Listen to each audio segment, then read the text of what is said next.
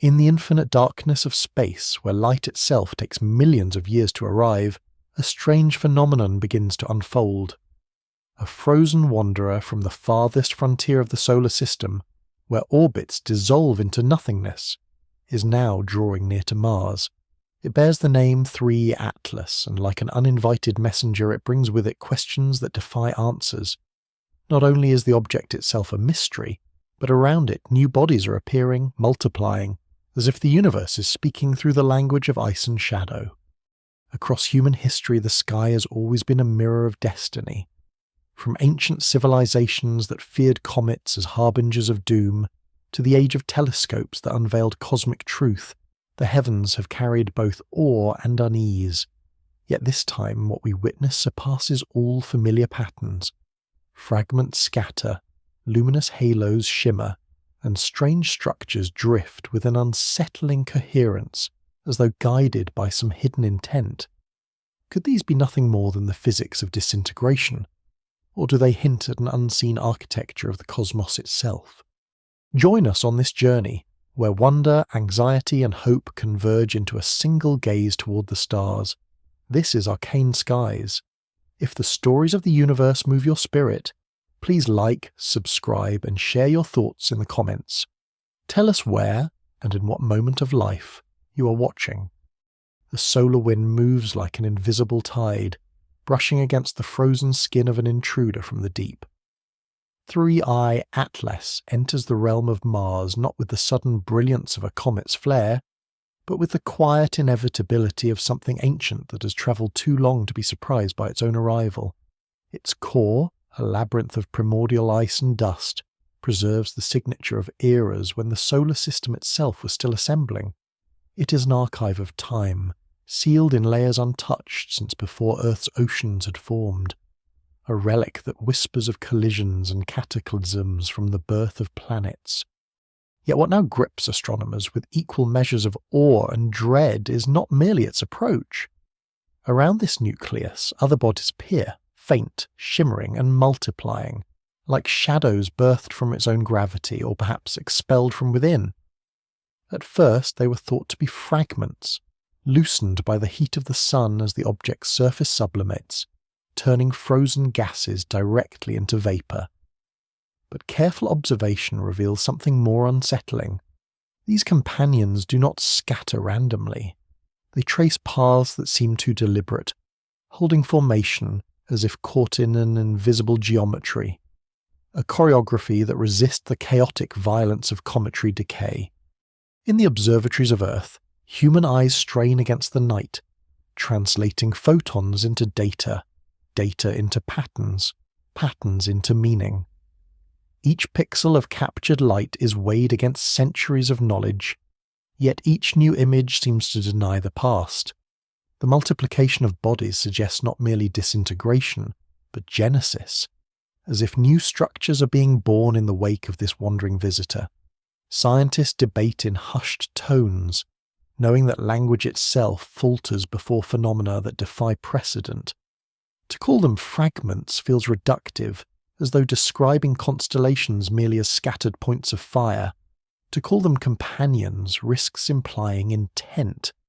And yet, intent is the spectre that lingers behind every frame. Mars itself turns silently in the void, unaware of the drama approaching its orbit. The planet is scarred, its deserts vast, its atmosphere thin as the breath of a dying ember. Ancient riverbeds mark where waters once roared, and canyons the size of continents yawn across its face. Into this desolate stage 3I Atlas drifts, its train of multiplying forms trailing behind like an unearthly procession. The red planet will not resist nor embrace.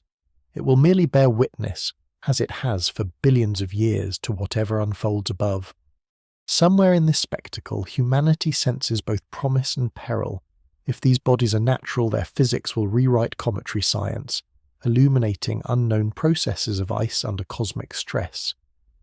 But if they are not entirely natural, if the geometry betrays a hidden order, then the implications reach beyond science into the oldest human fears. that the universe contains patterns not of randomness, but of will. Ancient myth would have called them omens. Modern language stumbles over terms like anomalies, yet artifacts or structures. Yet behind each word is the same unspoken thought: we are not in control. Telescopes peer deeper, catching glimpses of halos around the newborn objects, not mere glows of gas, but rings that pulse faintly like a heartbeat of light. Some expand and vanish, others hold steady as though maintaining their boundaries against the vacuum. These details fuel imaginations across the globe. Are they cocoons of material, electromagnetic shells, or simply illusions of perspective? In the interplay of science and speculation, the line between the real and the possible blurs, and in that blur the human spirit finds both fear and fascination. Philosophers step into the conversation, reminding us that every encounter with the unknown forces a reckoning with our place in the cosmos. When Copernicus displaced Earth from the centre, when Galileo pointed his telescope skyward, when Einstein bent the very fabric of space-time, each revelation was not just about the universe, but about humanity's fragile identity within it. Now, with 3i Atlas and its multiplying entourage, the same question rises anew. What story is the cosmos telling, and why are we listening now? The silence of space is deceptive. It is filled with invisible storms of charged particles, gravitational tides that stretch and squeeze, and currents of radiation older than the Earth itself.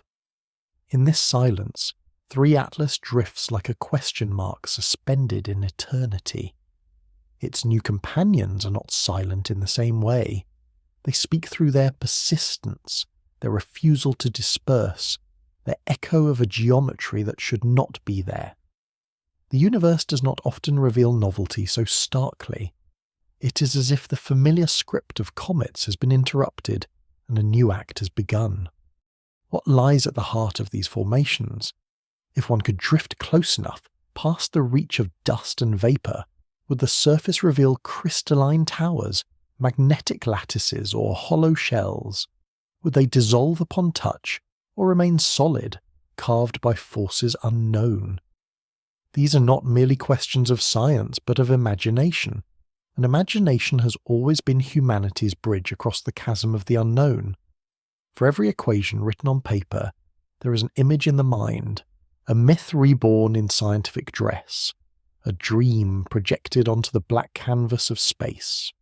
And so, the world waits. Observatories continue their vigil, spacecraft adjust their instruments, and algorithms devour the incoming data. Somewhere, perhaps on the Martian surface itself, robotic eyes might soon lift toward the sky and capture the spectacle firsthand. Humanity has never been closer to Mars, and never has Mars been so close to mystery. The red planet and the icy visitor are destined for a brief alignment in the cosmic theatre, and the multiplying bodies are the chorus whose song no one yet understands. As the distance closes, as the light of the sun refracts through growing halos of dust and ice, a sense of inevitability deepens.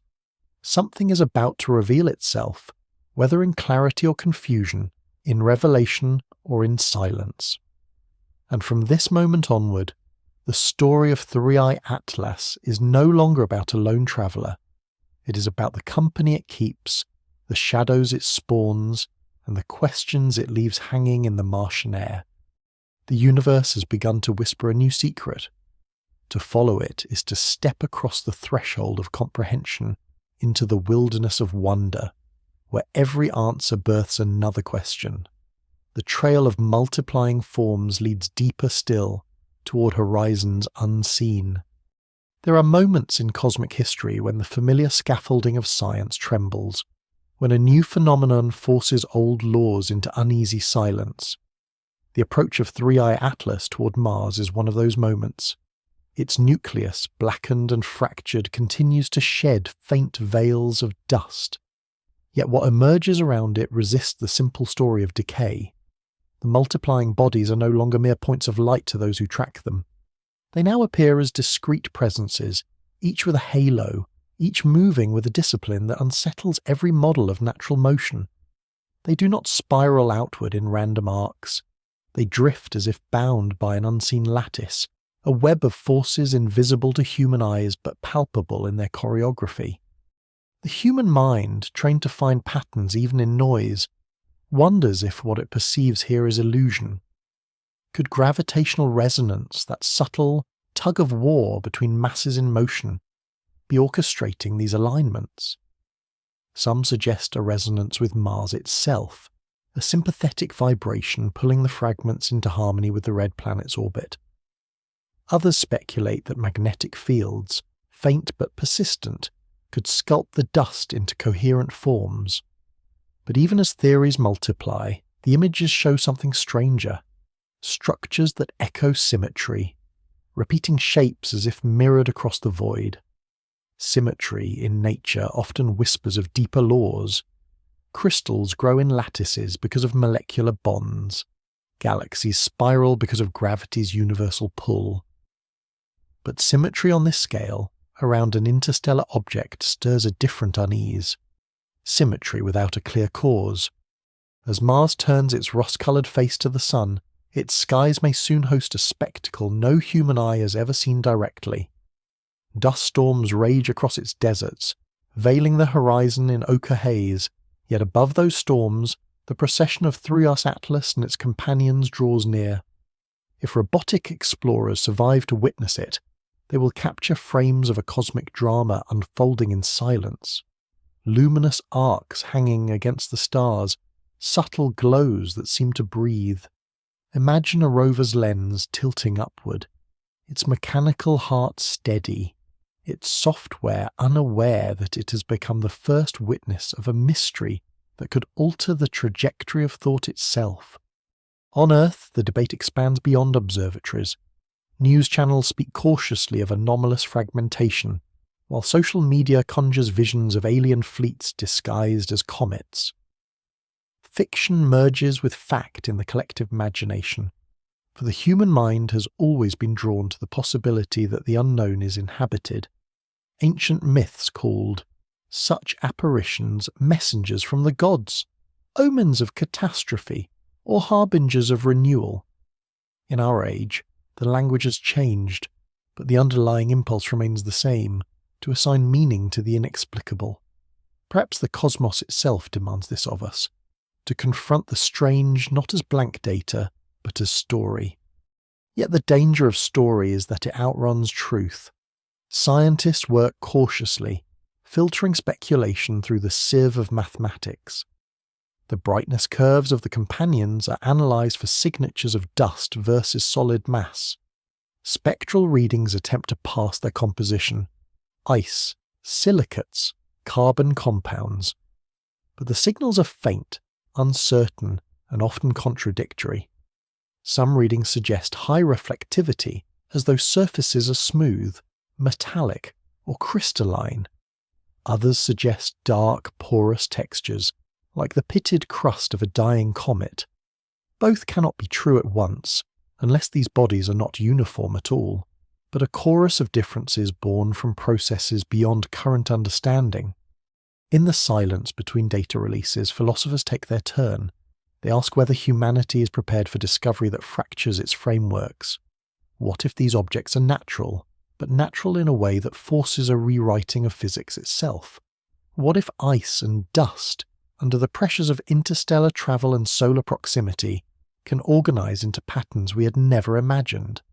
And further still, what if the universe itself is predisposed toward structure, toward forms that echo life without being alive, toward geometries that tease the edge of intention? Such questions hover at the boundary where science and metaphysics entwine, where the empirical dissolves into the speculative. Meanwhile, the procession continues. Day by day the objects multiply. Where once there were a handful, now dozens drift, faint but resolute, orbiting in fragile stability. They remind some observers of the shepherd moons of Saturn, those tiny bodies that guide and constrain the planet's vast rings, preventing them from scattering into chaos. Could these newborn companions be serving a similar role, guiding debris, sculpting halos, keeping order in the wake of 3i Atlas? If so, by what mechanism? The comparison is alluring but incomplete, for Saturn's moons are billions of years old, and these companions appear to be newborns, appearing almost overnight. In laboratories and computer clusters across the world, simulations attempt to recreate the scene. Equations are run 1,000,000 times testing gravitational models, collisional cascades, electromagnetic interactions. None reproduce the observed symmetry. The models dissolve into entropy, as expected, but the sky shows something else: order from chaos.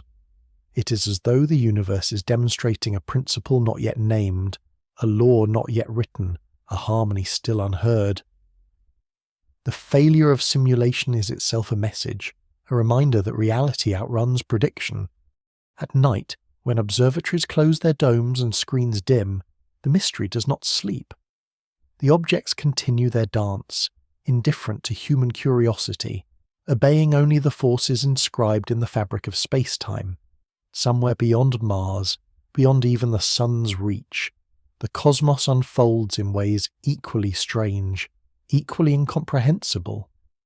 What we see in 3i Atlas may be only the nearest echo of a pattern writ large across the universe: objects that multiply, halos that pulse, geometries that emerge when none should exist. Perhaps the cosmos itself is fertile, not merely with stars and planets, but with structures that defy our categories, demanding new words, new thought, new myths. And so the story deepens. 3i Atlas is no longer just a traveller, it is a catalyst drawing into visibility forces we had not known to look for. Mars awaits its passing, Earth awaits its revelation, and humanity stands poised between wonder and dread. To gaze upon it is to sense that the familiar world of physics is about to be stretched, that the ancient silence of space is about to yield a new sound. For every fragment that appears, another question awakens, multiplying just as inexorably as the objects themselves. The procession continues, and ahead lies a horizon where clarity and enigma abound as one. The orbit of Mars has long been a place of anticipation, a stage where human eyes imagine the drama of arrival. For centuries, telescopes have traced its motion, and spacecraft have touched its surface, yet never before has the planet been overshadowed by a celestial procession as uncanny as that of 3i Atlas. Now, as this interstellar visitor drifts closer, its multiplying entourage casts a growing web of uncertainty, and the red deserts below prepare to witness a spectacle that will not repeat in human history. The companions of 3i Atlas, once dismissed as mere debris, begin to display behaviours that stretch the limits of natural explanation. Their motions are not random, nor are they wholly mechanical. Some seem to cluster, separating and then regrouping, as though governed by tides invisible to current science. The faint halos that surround them glow with a persistence too regular to be dismissed as chance. Instruments on Earth and orbiting satellites record their pulses in intervals, sometimes steady, sometimes irregular, as though encoding patterns just beyond interpretation. To call them signals would be premature, yet to call them noise seems equally unsatisfying. The universe has ways of hiding its truths in plain sight, daring us to decode what may not have been meant for us at all. On the Martian surface, robotic explorers continue their patient work. Rovers move slowly, their wheels pressing into the iron-rich dust, their cameras occasionally lifting toward the heavens. From those lenses, the procession of 3i Atlas would appear as shifting streaks against the backdrop of stars, faint yet undeniable. For the first time in the history of space exploration, our mechanical emissaries may record a cosmic mystery not from Earth, but from another planet's surface. In that possibility lies a poetic symmetry. As humanity stretches outward into the cosmos seems to lean inward, offering riddles at the very place we have chosen to explore. Scientists wrestle with models, desperate to tame the data. Some propose that the companions are a product of sublimation, where gases erupt from the nucleus in jets, carving fragments into organized streams. Yet the coherence of the formations resists this explanation. Others look to resonance effects, suggesting that the orbits of the companions align under gravitational harmonics like planets in miniature. Still others whisper of plasma phenomena, charged particles shaping halos under the influence of solar wind. Each hypothesis holds a fragment of truth, yet none accounts for the whole. The mystery is not only in the objects, but in the gaps between the theories themselves. Beyond the technical debates, a quieter conversation stirs. The sight of multiplying bodies around an interstellar traveller awakens archetypes buried deep in human memory. Across cultures, visions of celestial processions recur. Stars that march like armies, lights that herald divine change, omens that gather in the heavens before great transformations on earth. Whether in the texts of ancient civilizations or in the myths whispered around firelight, humanity has always been drawn to the idea that the sky itself can conspire to speak. Now, under the scrutiny of modern instruments, the old intuition resurfaces. Perhaps the cosmos is not silent. Perhaps its messages are simply vast, coded in scales of time and geometry that dwarf our comprehension. Mars, indifferent, spins on, its surface scarred with canyons deeper than oceans and mountains taller than any on Earth, has watched for 4 billion years as comets and asteroids came and went. Yet what it will see now may alter the trajectory of human imagination forever. For if the companions of 3i Atlas continue to multiply, then the solar system itself becomes the cradle of a phenomenon not native to it. Something alien, in origin, in behaviour, or in meaning, would have crossed the threshold into our neighbourhood, transforming the local sky into a theatre of the unknown. As Earth tracks every shift in brightness, every flicker of halo, the public gaze intensifies. What was once the domain of astronomers becomes a global obsession. People gather in fields and rooftops, lifting their eyes to the same patch of sky. Some see only specks of light, faint and unremarkable. Others, armed with telescopes, glimpse halos that shimmer like breath in the cold. Everywhere, the same feeling spreads, that humanity is not merely observing, but being observed, not merely studying, but being addressed. Whether by physics alone or by something more, the sensation remains the same, a quiet shiver that the universe has turned its face toward us. And yet, for all its spectacle, the approach of 3i Atlas is also a test of patience. Cosmic events unfold not in minutes, but in days, weeks, months. The companions drift slowly, their multiplication gradual, their halos pulsing in rhythms too wide for the restless human mind. This slowness itself becomes part of the mystery. In a world of instant communication, here is a message that insists on the pace of the cosmos, forcing humanity to wait, to watch, to endure uncertainty. The discipline of patience becomes a kind of initiation, as if the universe is reminding its observers that revelation is never rushed. What lies ahead is unknowable. Perhaps the companions will disperse, scattering into the void, leaving behind nothing but confusion and unanswered questions. Perhaps they will persist, orbiting like a system of moons around the interstellar core, a new kind of structure born in the liminal zone between comet and planet. Or perhaps, most unsettling of all, they will transform again, revealing shapes or behaviours that no telescope has yet imagined. Each possibility is both thrilling and terrifying, for each expands the horizon of what reality might hold. The mystery of 3i Atlas is no longer simply an astronomical event. It has become a mirror for human imagination, a canvas upon which science and myth alike project their visions. In its multiplying bodies, some see the hand of physics stretching into new territory. Others glimpse the fingerprints of intelligence, a choreography too perfect to be blind. Between these poles lies the truth, still veiled, still unyielding, still waiting to be named. And so, as the red planet turns beneath the procession, as the halos shimmer against the blackness, As human eyes strain from two worlds at once, the question deepens. Are we witnessing the collapse of an object, or the birth of something new?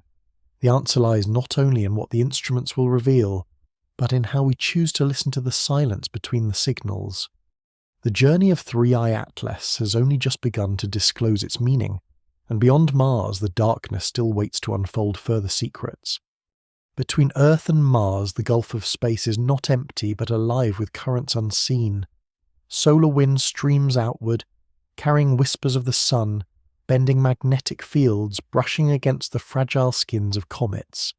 It is within this restless tide that 3i Atlas advances, trailed by its uncanny retinue of multiplying forms. The object has become less a wanderer and more a spectacle, a moving constellation of enigmas. What began as a solitary nucleus now resembles a fleet, its companions shimmering like lanterns against the black. The human gaze, sharpened by technology yet softened by imagination, cannot help but assign a sense of purpose to their order. Observations grow more detailed.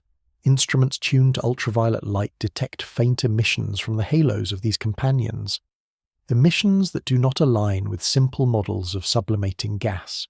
Instead, the spectra suggest complex chemistry, carbon chains breaking apart, oxygen flaring briefly before vanishing, molecular dances that hint at precursors of life's building blocks. In laboratories across Earth, researchers pore over the data, and a quiet awe spreads. Could these multiplying bodies be natural factories, producing organic compounds as they interact with solar radiation? If so, then 3i Atlas is not only a messenger from the deep, but also a reminder that the ingredients of biology are not confined to planets. They drift in the void, waiting for surfaces, oceans, and atmospheres upon which to land. And yet, the symmetry refuses to be explained away. The companions orbit as though tethered, maintaining distances that suggest an invisible architecture.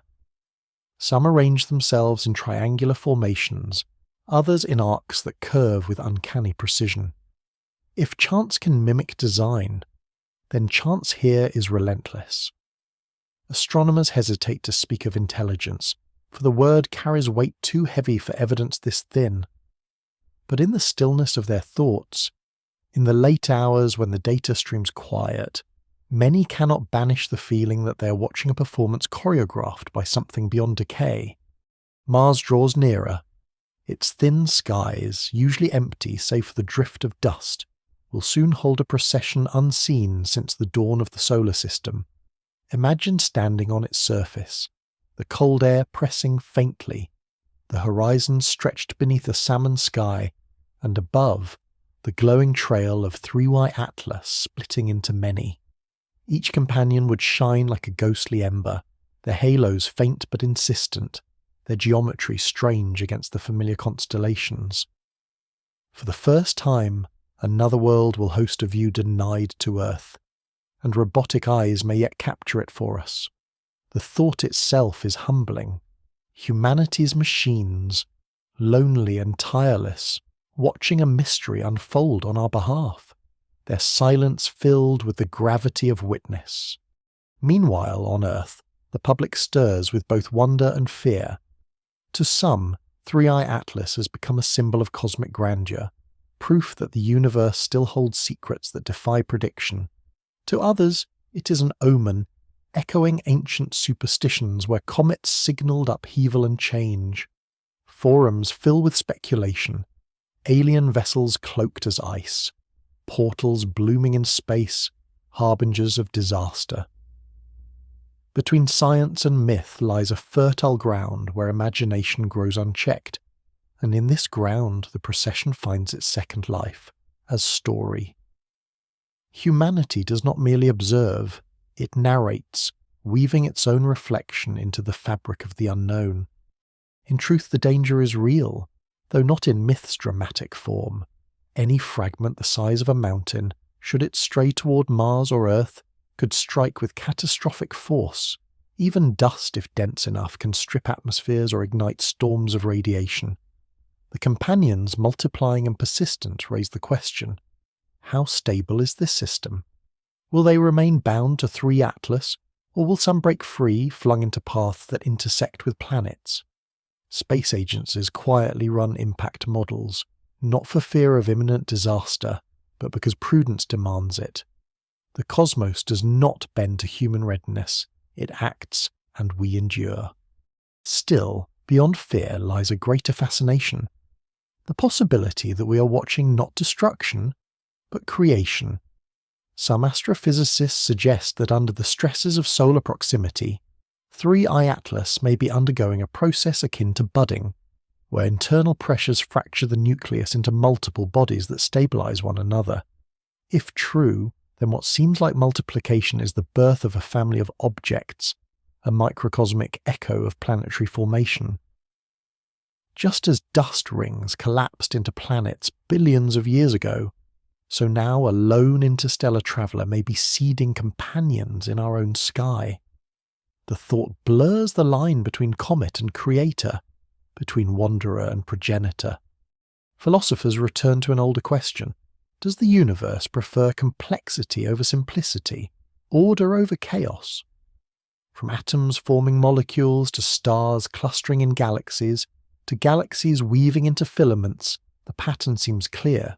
And now, perhaps, even comets are revealed as agents of multiplication, scattering not just debris but organised offspring into the void.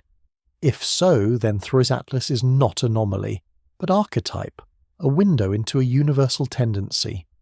The cosmos breathes complexity wherever it can. As the spectacle grows, humanity feels itself drawn into a story larger than its own. The night sky, once a quiet map of stars, has become an unfolding script written in light. Each pulse of a halo, each curve of a companion's orbit feels like a syllable in a language too vast to translate. To gaze upon it is to sense that we are participants, not spectators, woven into the same fabric, bound by the same laws, subject to the same mysteries. The multiplication of bodies around 3I Atlas becomes a mirror for our own multiplication, the spread of human presence across planets, the growth of knowledge across generations. Just as the companions refuse to scatter, humanity too resists chaos, clinging to order, to meaning, to story. And so the question deepens. Is this multiplication merely a physical process or a cosmic metaphor? In the silence of space, does the universe offer not only phenomena, but parables? We may never know. Yet as 3 Atlas advances toward its closest approach, as Mars prepares to host its luminous entourage, one truth is inescapable. The cosmos still has the power to surprise us, to humble us, to awaken in us the ancient awe that once filled every night sky with gods and portents. The procession continues. Beyond Mars, paths diverge into uncertainty. The companions may fade or they may persist, trailing outward into interplanetary space like seeds cast on a galactic wind. Whatever their fate, the mystery remains. In this moment, we are witnesses to a geometry the universe rarely reveals. The silence between worlds grows heavier, charged with anticipation, as if the next chapter is already written in the stars, waiting only for our eyes to catch up. In the silence of the solar system, Mars stands as both sentinel and witness. Its ancient craters, etched by impacts that predate life on Earth, are reminders that the universe has always been a stage for collision and transformation. Now, as 3I Atlas approaches, the red planet is drawn into a narrative far older than itself. Across its thin skies, the procession of multiplying bodies is poised to unfold, a celestial migration unlike any seen in human memory. What began as a lone wanderer has become a phenomenon, and what seemed a cometary curiosity is reshaping the very language with which humanity speaks of the cosmos. From Earth, the spectacle intensifies. Observatories report that the companions of 3I Atlas now number in the dozens, each maintaining halos of light that shimmer with eerie stability. Some expand into delicate veils, as if breathing, while others contract into dense knots of brilliance. The intervals of their pulses grow clearer, almost rhythmic, tempting comparisons to patterns, heartbeat, code, or wave. The human mind, tuned by evolution to detect signals, cannot help but read meaning in the repetition. Scientists caution restraint, yet in the global imagination, the companions have already transcended their identity as fragments. They have become actors in a drama whose script has not yet been revealed. Speculation grows bolder. Could these companions be more than ice and dust? Some propose that they may represent a new class of cosmic body, formed under the extreme pressures of interstellar travel and solar exposure. Just as supernova forge elements, perhaps interstellar comets, give birth to strange progeny when crossing the energy thresholds of new stars. Others whisper of engineered structures, artifacts disguised as natural objects, passing through the solar system under a veil of cometary disguise. The evidence for such claims is fragile, but their allure lies not in proof, but in possibility. Humanity has always looked to the heavens for signs that it is not alone, and now the heavens seem to answer with ambiguity rather than silence. Meanwhile, Mars itself becomes more than a backdrop. As 3 Atlas closes the distance, gravitational models predict that some companions may drift into temporary capture around the red planet, orbiting briefly before escaping again into space. If this occurs, Mars will become host to visitors older than its own valleys, a transient system of moons born from an interstellar traveller. The thought is staggering. A planet long studied for traces of past life may soon cradle in its orbit the seeds of a mystery from beyond the sun. For the robotic explorers that crawl its surface, the sky may blaze with new lights, unanticipated and unexplained, their cameras etching into memory a vision that no human eye has ever known. In laboratories, the conversation shifts from what these companions are to what they might teach. If their halos contain complex organics, then their multiplication may be a form of distribution, scattering the ingredients of life across planetary systems. The theory of panspermia, that life spreads through the universe via comets and meteorites, gains a new dimension. What if comets do not merely carry life's precursors, but multiply them, creating waves of distribution that ripple outward through space? In that vision, 3I Atlas is not anomaly but exemplar, a cosmic gardener sowing potential across the barren soils of planets yet unborn. Whether by chance or by design, the effect is the same. Life's possibility is not isolated but abundant. Still, the symmetry remains the most haunting aspect. Companions that cluster, companions that align, companions that orbit with measured grace. Their behaviour mocks the chaos expected of natural debris. Could hidden forces be at play? Some point to dark matter, that unseen mass-shaping galaxies yet elusive in detection. Perhaps they suggest these companions are revealing the subtle hand of dark matter at smaller scales, guiding their paths in ways not yet understood. Others invoke higher dimensional physics, where unseen geometries cast shadows into our universe, creating alignments that appear deliberate. Such ideas stretch the imagination, but the phenomena demand explanations that match their strangeness. Beyond the science, the human heart responds with something older. Awe.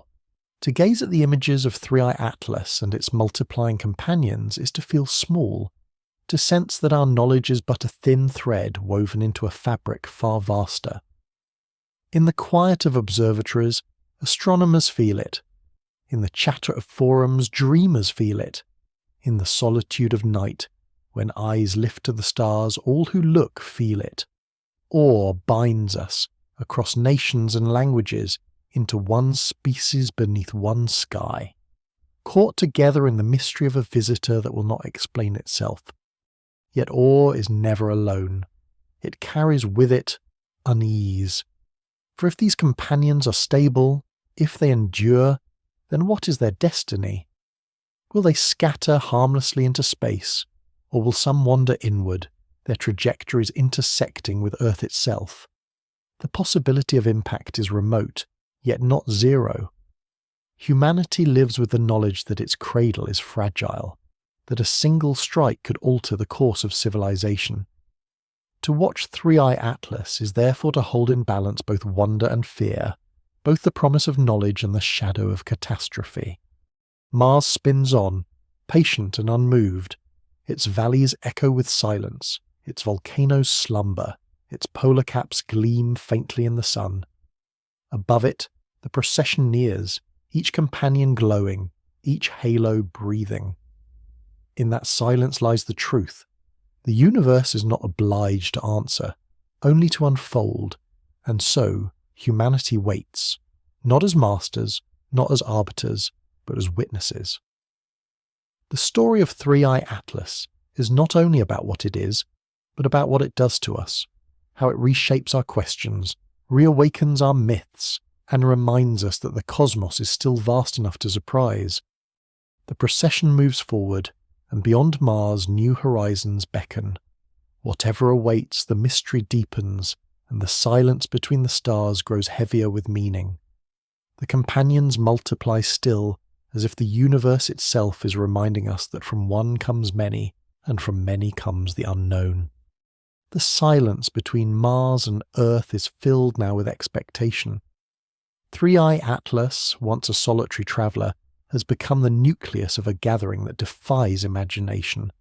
Its companions, multiplying steadily, weave into patterns that no natural comet should sustain. Against the cold backdrop of space, they appear less like fragments and more like a fleet, a procession of luminous enigmas moving in harmony. For the first time in generations, humanity feels that it is not merely watching an object pass through the solar system, but bearing witness to an unfolding narrative that belongs both to science and to myth. Observations reveal new layers of strangeness. Some companions now display tales of their own, miniature comets within the larger procession, trailing vapour and dust as if each were an embryo of independence. Others remain compact, their halos shimmering with spectral emissions that resist simple categorization. Where one expects carbon and oxygen, there appear traces of unfamiliar signatures, not entirely alien, yet arranged in ways no known chemistry easily explains.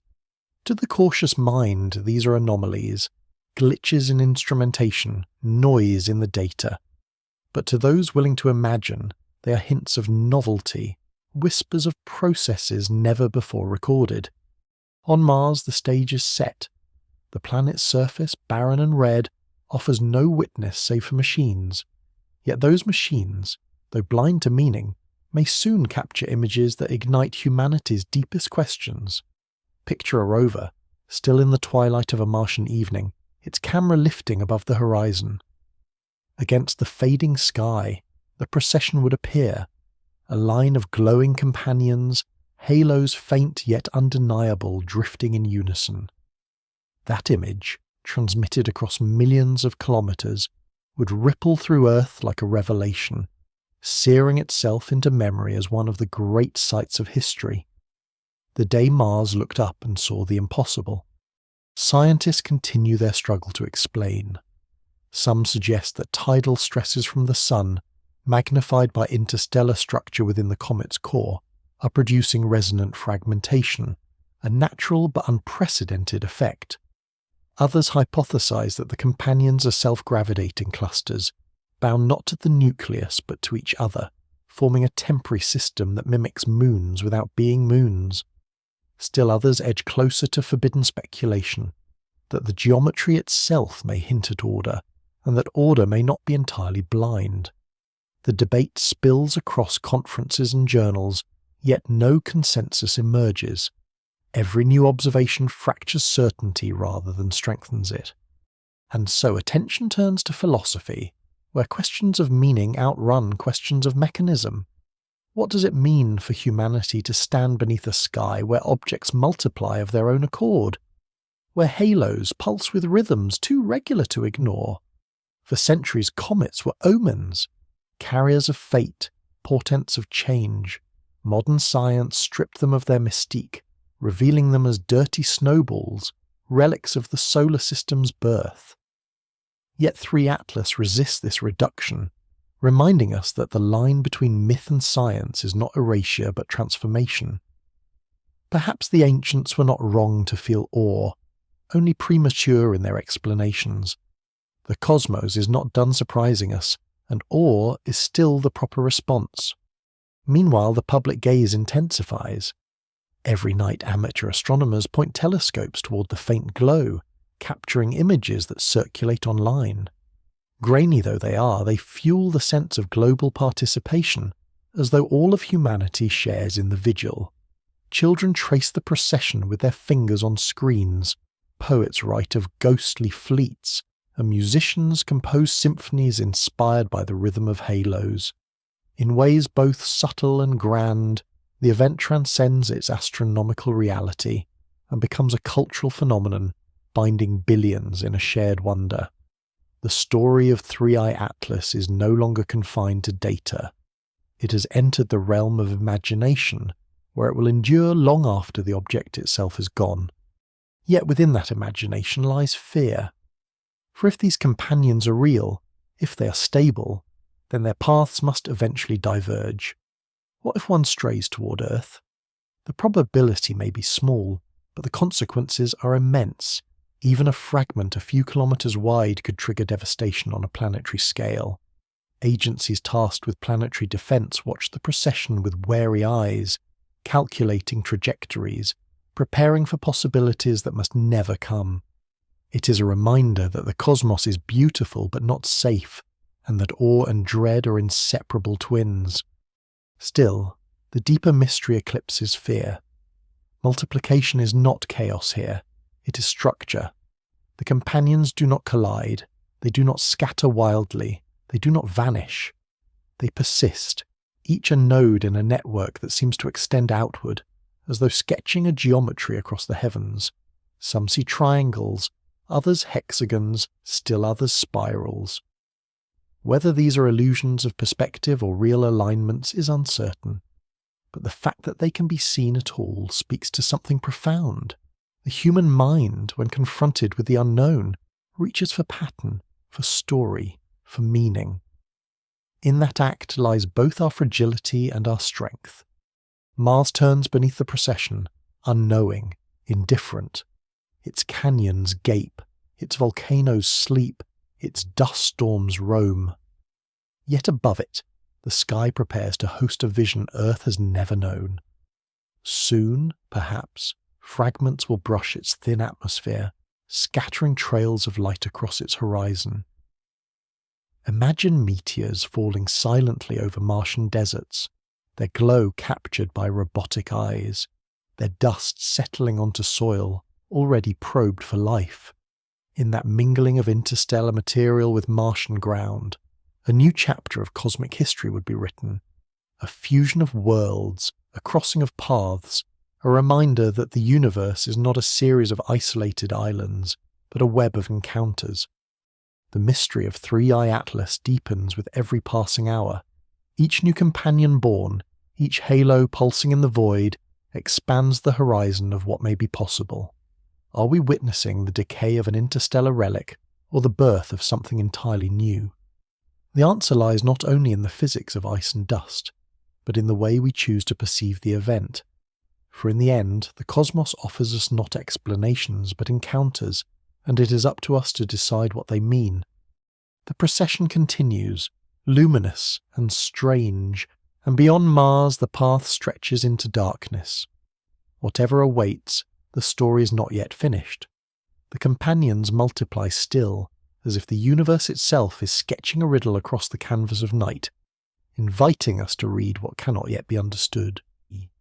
The nights of Earth grow restless. Telescopes across continents track Three-Eye Atlas and its multiplying companions with unblinking precision.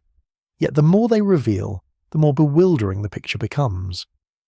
The interstellar visitor no longer resembles the archetype of a comet. Its companions now number in the hundreds, some no larger than mountains, others vast enough to rival small moons. They move not as scattered debris, but as an expanding constellation, a pattern of lights that bends across the heavens like an unfinished script. For the first time in living memory, the human species feels the presence of something truly foreign, not hostile, not benign, simply beyond, Spectral analysis grows richer with each passing day. Signals extracted from the companions' halos suggest unexpected complexity. Some emit faint ultraviolet glimmers, others radiate in infrared, as though heated from within. The diversity confounds expectations. Comets, when fragmenting, should produce uniform signatures, but here each body seems to carry its own fingerprint. Theories abound. Perhaps the parent nucleus of 3I Atlas contains layers accumulated over eons in interstellar space, each fragment exposing a different chemistry. Or perhaps the companions are not fragments at all, but independent bodies that had lain dormant, hidden within the visitor, released only now as it feels the sun's warmth. If so, then 3 Atlas is less a traveller and more a vessel, a carrier of worlds. The vessel metaphor spreads quickly, igniting imaginations across Earth. Poets call it a cosmic arc. Philosophers wonder whether interstellar space is seeded not just with dust and ice, but with repositories of potential. Biologists point to the possibility that these companions, rich in organic chemistry, could scatter precursors of life across planetary systems. In this light, 3I Atlas becomes a gardener, an agent of panspermia, its multiplication less an anomaly than a revelation.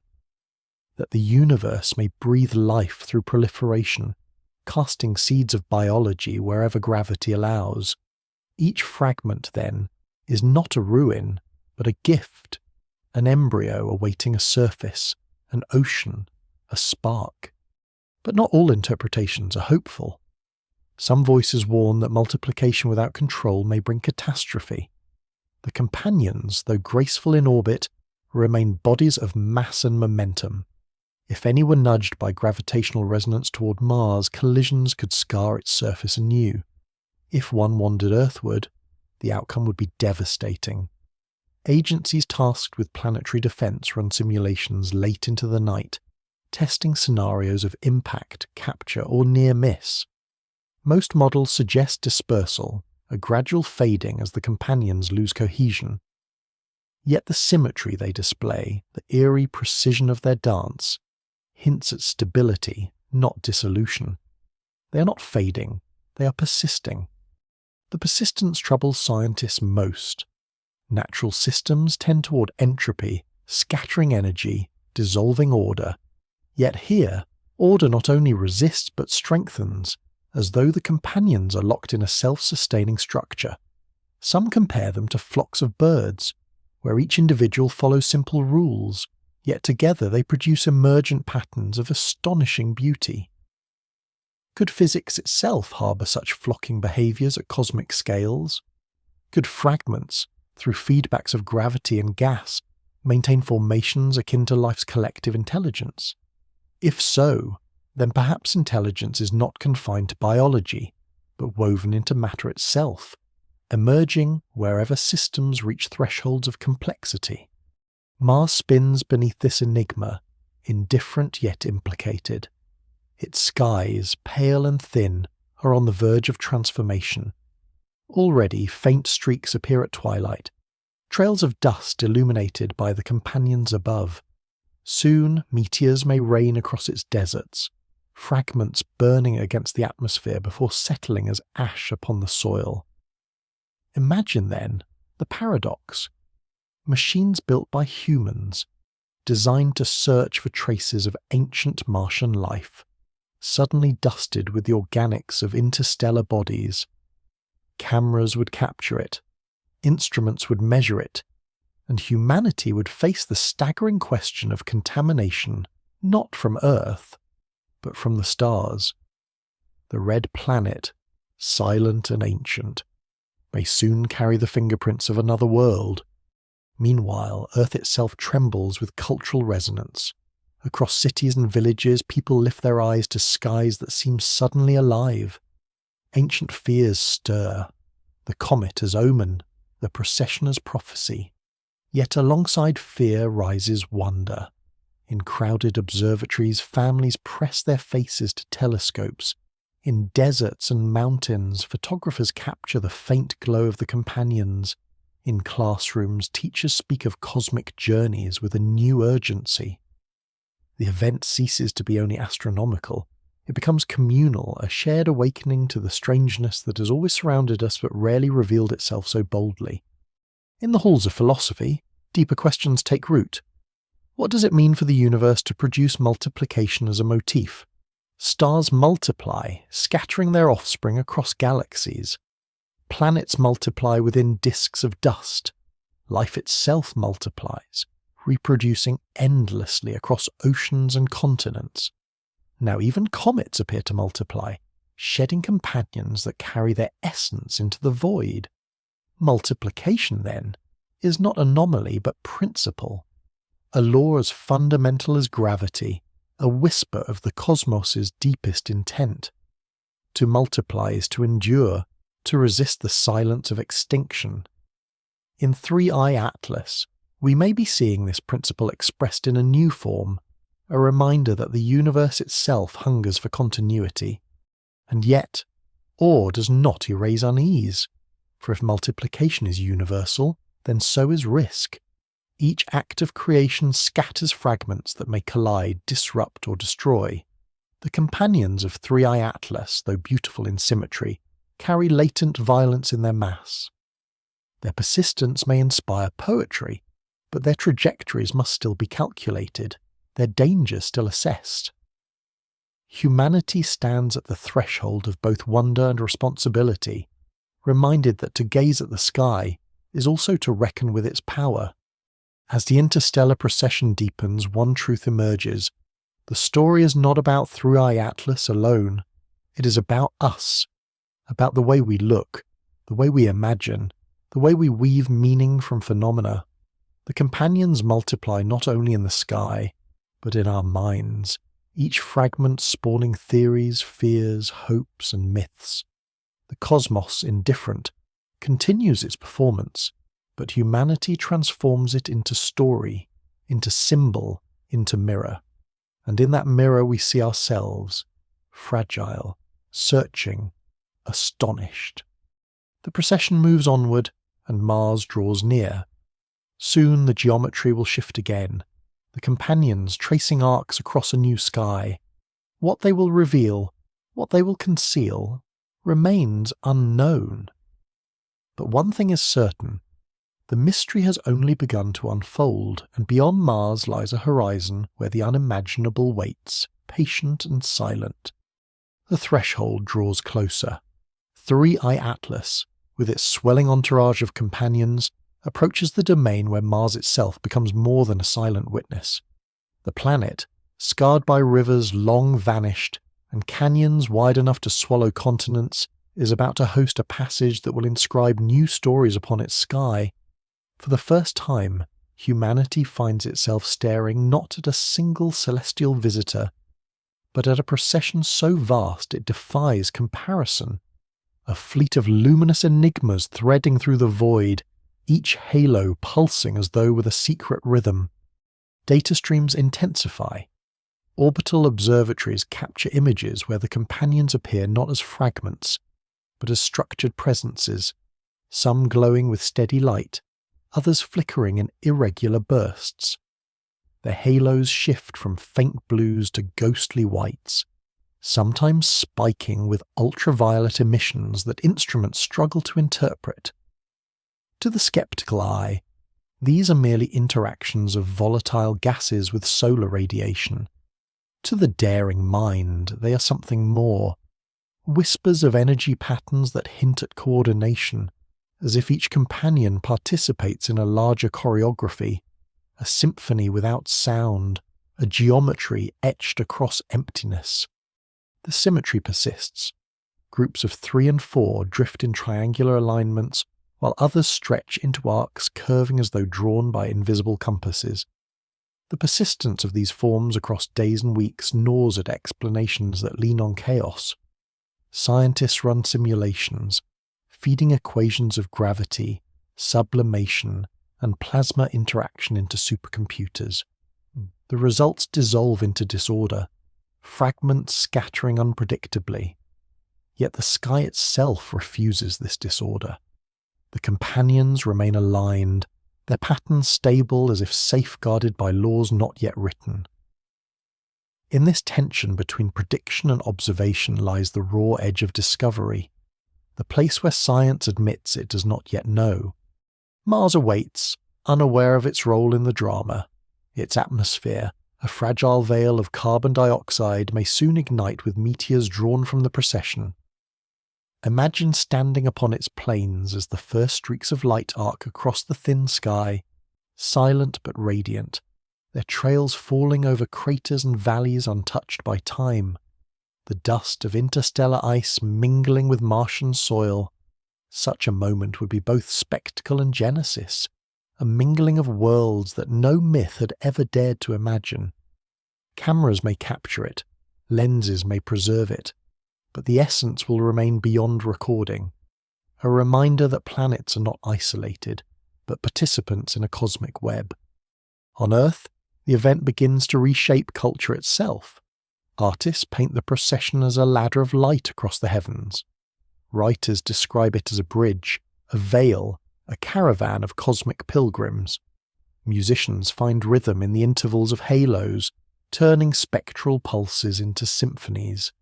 In countless languages, metaphors multiply as rapidly as the companions themselves, for humanity cannot resist translating the unknown into story. And in these stories, the event becomes more than physical. It becomes a mirror for longing, for fear, for the enduring question of whether we are alone in a universe that seems suddenly alive with intention. The scientific community, cautious yet compelled, frames new hypotheses. Some suggest that the companions are not fragments, but condensations of plasma, sculpted by magnetic fields in ways not yet understood. Others consider whether they could be self-gravitating clusters of dust and gas, temporary worlds that hold coherence for a moment before fading back into dispersal. A few, at the edge of speculation, dare to wonder if these are artifacts, structures shaped by intelligence, hidden in plain sight as cometary debris. Such ideas remain unproven, but their very emergence signals the shift underway. The mystery of three-eye atlas forces science to expand its boundaries, to entertain questions it once dismissed. At the heart of it all lies multiplication itself. The companions proliferate as though obeying a principle deeper than any single mechanism. Multiplication is the signature of life, of stars, of galaxies. From one comes many, from many comes complexity, from complexity comes consciousness. Could it be that the universe itself, indifferent though it may seem, leans toward abundance, that in its deepest rhythms it resists singularity, preferring instead to fracture, spread, diversify? If so, then Thriss Atlas is not anomaly but echo, a reminder that we are part of a cosmos that multiplies itself endlessly. Yet multiplication also carries risk. The companions, though graceful, are still masses of rock and ice, their trajectories uncertain. A single deviation, a gravitational nudge, could turn beauty into destruction. For Earth, the probability remains slim, yet the thought lingers. What if a fragment strayed inward, invisible until too late? The spectre of impact shadows the wonder, reminding humanity that awe and dread are bound together, inseparable. To look upon the heavens is to feel both the grandeur of possibility and the fragility of survival. Mars turns slowly beneath the spectacle, its polar caps gleaming faintly, its deserts awaiting whatever dust may fall. The planet has endured 4 billion years of bombardment, and it will endure again. But for humanity, this passage marks a turning point.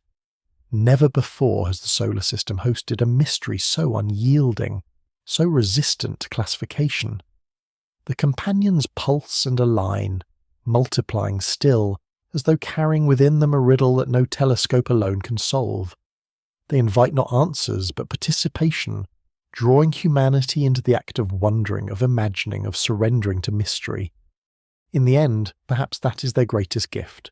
Not the chemistry they scatter, nor the risk they pose, but the awakening they inspire, a reminder that the universe is not a finished script but a living text, written in dust and light, unfolding in ways no theory has foreseen.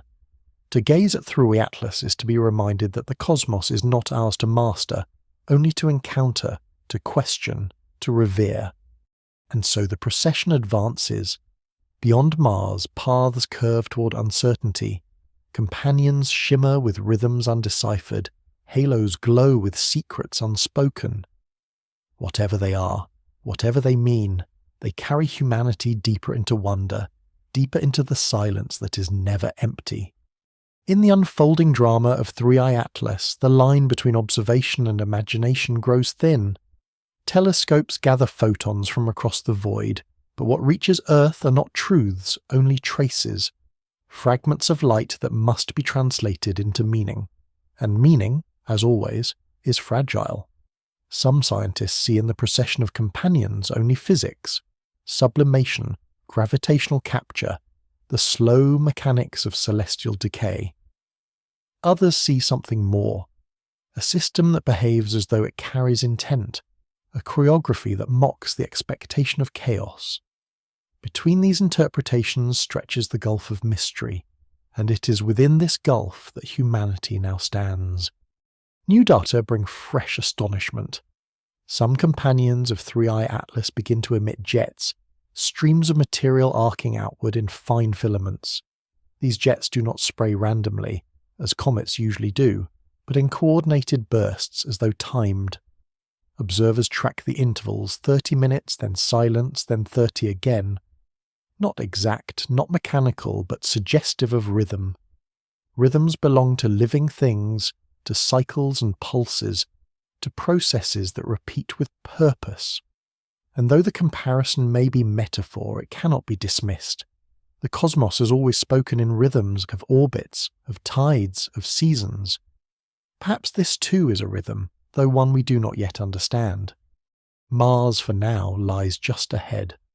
The planet turns its scarred face toward the procession, preparing unknowingly to be bathed in a rain of interstellar dust. Already faint streaks are reported in its thin sky, meteors burning silently, their trails twisting into pale ribbons against the horizon. Cameras aboard orbiters capture the first images, sparks of light grazing the atmosphere, scattering particles that drift downward like seeds upon barren ground. To watch this is to sense a poetic symmetry, a dead world sprinkled with the dust of another, as though the cosmos itself were testing whether deserts can bloom again. On Earth, news spreads like wildfire. The procession of Thrui Atlas dominates screens and headlines, its mystery debated in classrooms, cafes, and corridors of power. Some proclaim it a sign of danger, a reminder that the universe is indifferent to human survival. Others proclaim it a revelation, proof that the cosmos is richer, stranger, more fertile than science dared to hope. Governments, uneasy, fund new observation campaigns, while artists flood the world with visions of glowing fleets, of cosmic gardens, of messages written in light. Never before has an astronomical event so quickly become myth in real time, woven into the fabric of global consciousness even as it unfolds. And still, the companions multiply. Where once they were dozens, now hundreds trace their paths. Some fade, dissolving into dust, but others persist, stabilizing in orbits that cling to the nucleus of Thrui Atlas as though bound by unseen strings. Their persistence unsettles even the most cautious of scientists. Natural fragments should scatter, disperse, vanish into the void. These endure. Some grow brighter, others dim, but together they maintain the strange geometries first observed weeks ago. Patterns of triangles, spirals, arcs. Ephemeral perhaps, but too consistent to be dismissed as illusion. The question grows louder. What holds them together? Theories evolve at a fevered pace. Plasma physicists argue that electromagnetic forces, often ignored at large scales, could shape the companions into coherent arrays. Gravitational theorists suggest hidden resonances, subtle balances that mimic order. Some dare to whisper of dark matter, that elusive substance composing most of the universe, perhaps manifesting its influence in ways newly visible. And at the margins of discourse, a bolder thought stirs, that these companions may not be passive at all, but participants, entities that respond to forces in ways yet unimagined. Whether natural or not, the effect is the same. The cosmos reveals itself as more intricate than the models meant to contain it. Philosophy, as ever, keeps pace with science. Thinkers ask whether the universe, in multiplying these bodies, is not merely showing us a phenomenon, but teaching us a principle. Multiplication is the essence of creativity, the pattern of abundance written into stars, galaxies, and life itself. In 3i Atlas, perhaps we see that principle embodied once again, not in biology, but in ice and dust, in halos and light. From one comes many, from many comes meaning. The visitor from interstellar space may not carry answers, but it carries echoes of the oldest cosmic truth, that the universe resists singularity, choosing instead to scatter itself into diversity. Yet awe remains tempered by unease, for multiplication is not always benign. Each companion, however graceful in orbit, is a body of momentum, a potential weapon of chance. Simulations continue, some showing safe dispersal, others predicting impact upon Mars or in the far future even Earth. The probabilities are low, but not zero. Humanity cannot escape the reminder that beauty and destruction often travel hand in hand. To marvel at the companions is also to reckon with their danger, to see in their halos not only poetry but peril. And so the world watches. Observatories hum with activity, spacecraft adjust their trajectories, supercomputers burn with calculations.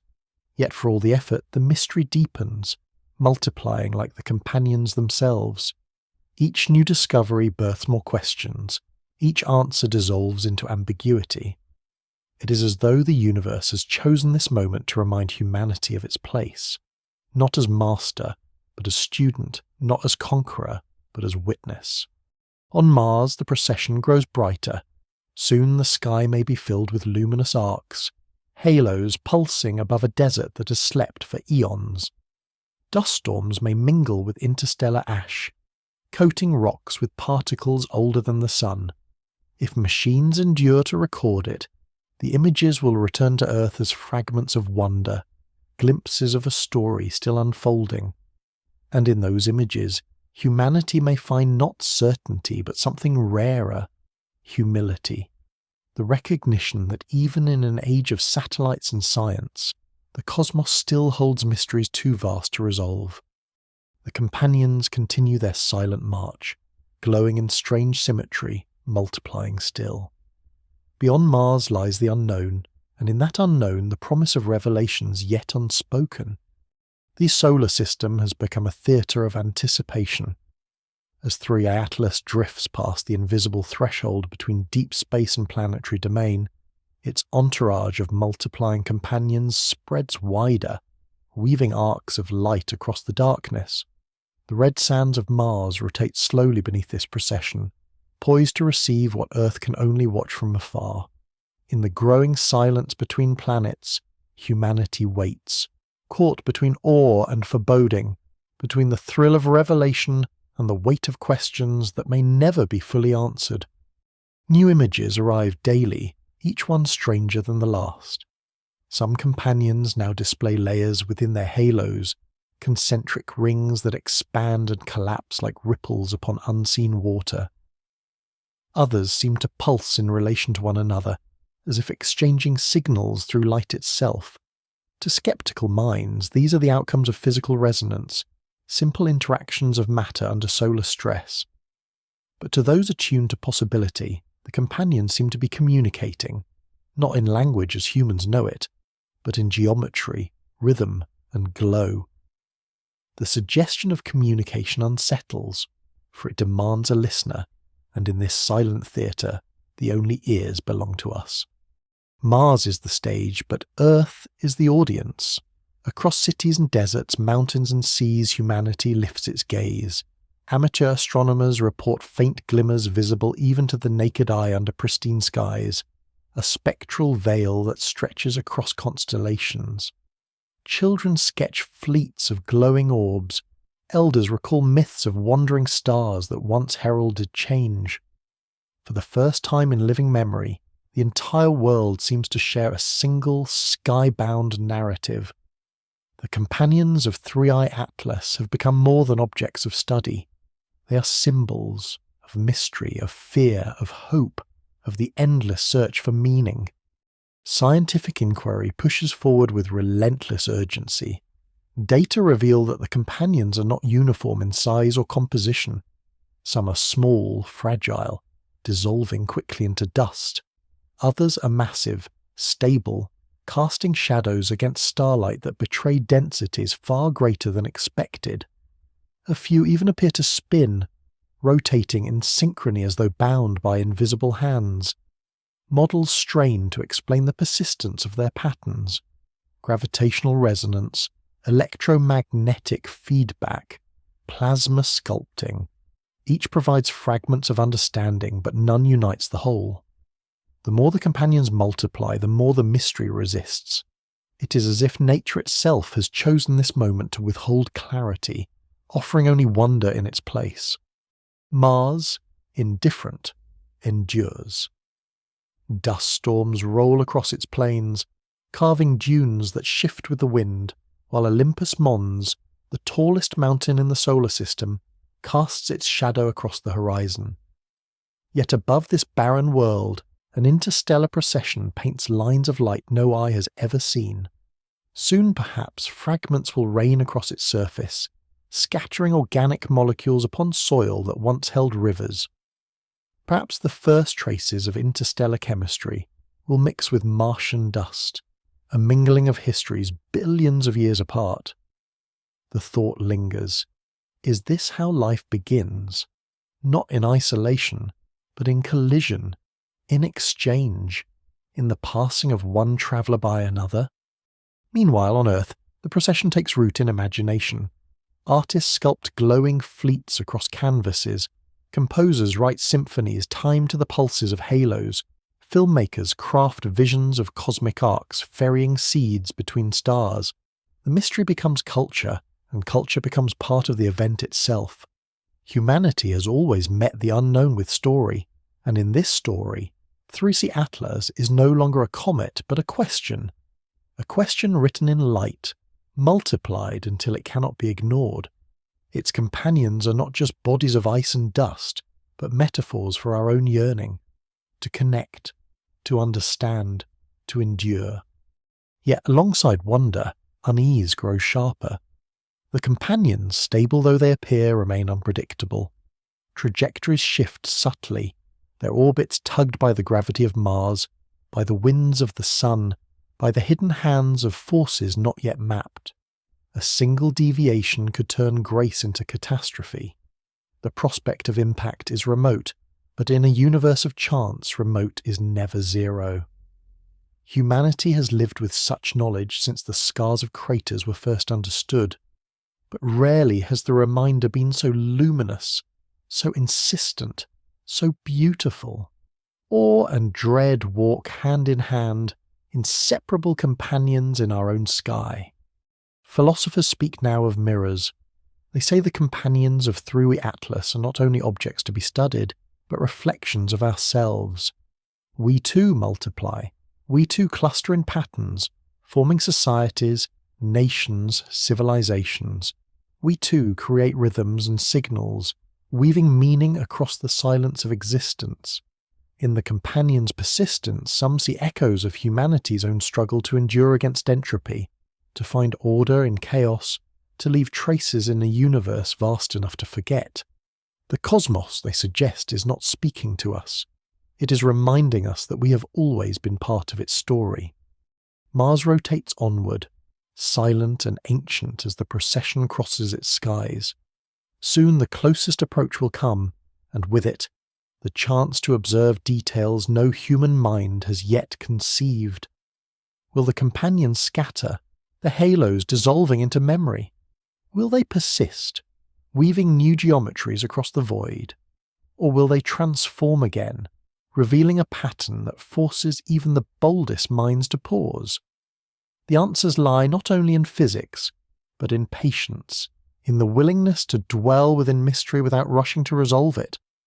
And so the companions multiply still, their halos glowing softly in the dark. The solar system, once charted and familiar, feels strange again, alive with secrets. Beyond Mars, paths stretch into uncertainty, toward Jupiter, toward the outer planets, toward the infinite sea from which 3i Atlas first emerged. Humanity, watching, senses that it is standing at the edge of a revelation, though the form of that revelation remains veiled. What comes next cannot be predicted. It can only be witnessed. The procession advances, and with it the realization that the cosmos still has stories left untold. In the silence between planets, in the multiplication of companions, in the fragile halos that pulse against infinity, the universe whispers its riddles, and humanity leans closer, straining to hear. The sky above Mars now carries a weight of mystery. 3i Atlas, no longer a solitary body, has unfurled into a caravan of companions whose multiplication seems endless. From Earth, the procession is a distant spectacle, faint and fleeting. But from orbit around Mars, instruments capture details that defy expectation. Some companions glow not from reflected sunlight alone, but from faint inner luminescence, as if reservoirs of hidden energy are being slowly released. Their halos flicker, expand, contract, and sometimes vanish altogether, only to reappear minutes later in new configurations. It is as though the void itself were breathing. Among the most perplexing discoveries are changes in velocity. Several companions, once drifting predictably, now shift course with subtle accelerations. At first, these were dismissed as jets of sublimating gas, the familiar physics of comets. But repeated observation reveals consistency. The accelerations occur in patterns, mirrored across companions separated by vast distances. To see matter move in synchrony across hundreds of kilometers is to confront a puzzle that gravity alone cannot explain. Some scientists whisper of plasma coupling, where invisible magnetic fields bind distant bodies. Others dare to imagine coordination, as though the companions are linked in ways no equation has yet described. Mars itself remains indifferent, turning beneath the dance. Its deserts glow beneath thin sunlight, dust storms roll across its plains, and craters echo with silence. Yet the skies above it are no longer empty. Already meteor streaks have begun to etch the atmosphere, faint trails of light burning briefly before fading into the cold. The dust of interstellar ice is settling upon Martian soil, carried by winds that sweep it across valleys and ridges. Future explorers may one day find these grains embedded in rocks, traces of an encounter that stretched imagination long before it touched the ground. On Earth, fascination deepens. The procession of 3i Atlas dominates human attention in a way no celestial event has for centuries. Entire night-side cities dim their lights to witness the faint glows, while broadcasts link observatories across continents in real-time collaboration. In the silence of darkened fields, families gather, their eyes lifting toward a sky that feels alive. The companions, too distant to be seen clearly without instruments, become more than objects. They are vessels of meaning, mirrors of human wonder, symbols of an encounter that transcends mere science. For once, the entire planet seems united in vigilance, as though the act of looking itself were a kind of communion. Yet vigilance is shadowed by anxiety. Impact simulations grow more refined, and though probabilities remain low, the possibility of a fragment wandering earthward cannot be dismissed. Governments convene quietly, weighing scenarios that belong more to imagination than to policy. Could a fragment, luminous and strange, one day streak across Earth's skies? Could the dust that now drifts across Mars one day settle upon our oceans? Such questions sharpen the awareness that the cosmos is not a stage for spectacle alone, but a realm of consequence, where beauty and danger walk together. Science, ever patient, seeks to frame the event in natural terms. Perhaps the companions are revealing processes long overlooked, the ways in which interstellar bodies respond to the sun's radiation, the hidden symmetries that emerge when ice fractures under stress, the electromagnetic dialogues between dust and plasma. Yet even within these sober explanations, a sense of wonder persists. For to uncover new laws is itself a kind of miracle, proof that the universe still holds secrets not yet inscribed in textbooks. In the multiplication of companions, in their halos and rhythms, may lie the beginnings of theories that future generations will take as given, theories born not of certainty, but of awe. Philosophers linger upon the symbolism. Multiplication, they remind us, is not merely a physical act, but a universal gesture. Stars multiply in galaxies, galaxies multiply in clusters, cells multiply into organisms, civilizations multiply across continents. To multiply is to persist, to extend, to resist silence. In the companions of Three-Eye Atlas, perhaps the cosmos is echoing its oldest refrain, that from one comes many, and from many comes the possibility of meaning. Whether natural or not, whether fleeting or enduring, the spectacle reminds humanity of its place in a universe that thrives not in singularity, but in abundance. Meanwhile, culture thrives on the mystery. Painters depict Mars beneath a sky crowded with glowing arcs. Writers craft myths of cosmic caravans carrying seeds of life between stars. Musicians compose pieces that mimic the flickering rhythms of halos. Even in the absence of answers, the procession becomes an engine of creativity, awakening in humanity a primal response to the unknown. Awe is contagious, and in the light of Three-Eye Atlas, billions find themselves bound together by curiosity, fear, and hope. The companions, however, remain indifferent. They drift, they glow, they multiply still. Their halos breathe in silence. Their paths curve in geometries yet unnamed. Each new observation brings more questions. Are they fragments, clusters, plasma condensations, or something beyond? Are they temporary or enduring, fragile or resilient? The mystery persists, deepening rather than diminishing, and in that persistence lies their power. For the unknown is not diminished by scrutiny, but enriched, drawing us closer to the recognition that not all riddles are meant to be solved swiftly. Mars spins on, the procession arches above, and Earth waits. Soon the closest approach will pass, and Three-Eye Atlas will begin its outward journey, trailing companions whose fate remains uncertain.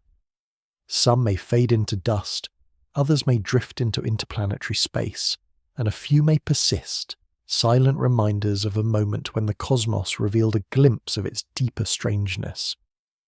Whatever their destiny, the memory will remain, that in this time humanity stood at the threshold of wonder, watching the multiplication of light across the void, sensing that something vast had brushed against the edges of its understanding. And so the story continues. Beyond Mars lies Jupiter, Saturn, the outer planets, and the sea of darkness from which Three-Eye Atlas first emerged.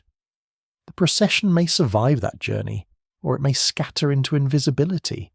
But for now, the companions multiply, their halos glowing softly in the void, carrying with them the unanswered questions of a species still learning to listen. The spectacle of Three-Eye Atlas has entered a phase where silence itself feels charged. Each night, Earth waits for new images, new data, new hints of what the companions are becoming. The interstellar traveller drifts onward, past the sphere of Mars, carrying with it a retinue that now resembles less a collection of fragments and more a dynamic constellation. Hundreds of bodies orbit and pulse, halos shimmering like lanterns strung across the void. To look upon them is to feel both awe and unease, as if the universe has unveiled a secret too vast to be contained in human language. Stranger behaviours emerge. Observatories detect fluctuations in brightness not caused by rotation or solar reflection, but by abrupt dimming and re-illumination, as though companions can veil themselves in shadow before reappearing. The intervals are irregular, yet faintly harmonic, like chords struck across cosmic strings. Some observers whisper of communication, others of resonance with forces unseen. Plasma physicists propose that streams of solar particles may trigger synchronized discharges, creating the illusion of coordination. But illusions or not, the patterns persist, and patterns demand interpretation. Mars, now behind the procession, bears its new dust quietly. The thin air glitters faintly as interstellar grains settle onto its surface. Orbiters send back images of delicate streaks where meteors have scored the atmosphere, trails lingering for minutes in the planet's tenuous sky. Rovers may already carry this dust upon their solar panels, unknowing witnesses to an exchange older than life itself. Matter from beyond the sun settling upon a world once rich with rivers. In silence, Mars has received a gift, or perhaps a burden, whose meaning may not be known for millennia. For humanity, the sense of involvement deepens. It is no longer only a spectacle of science, but an event of culture. Artists capture the companions as glowing ships upon endless seas, their halos' sails unfurled against eternity. Musicians translate light curves into notes, turning pulses into symphonies. Writers craft myths of cosmic harvesters sowing seeds between stars.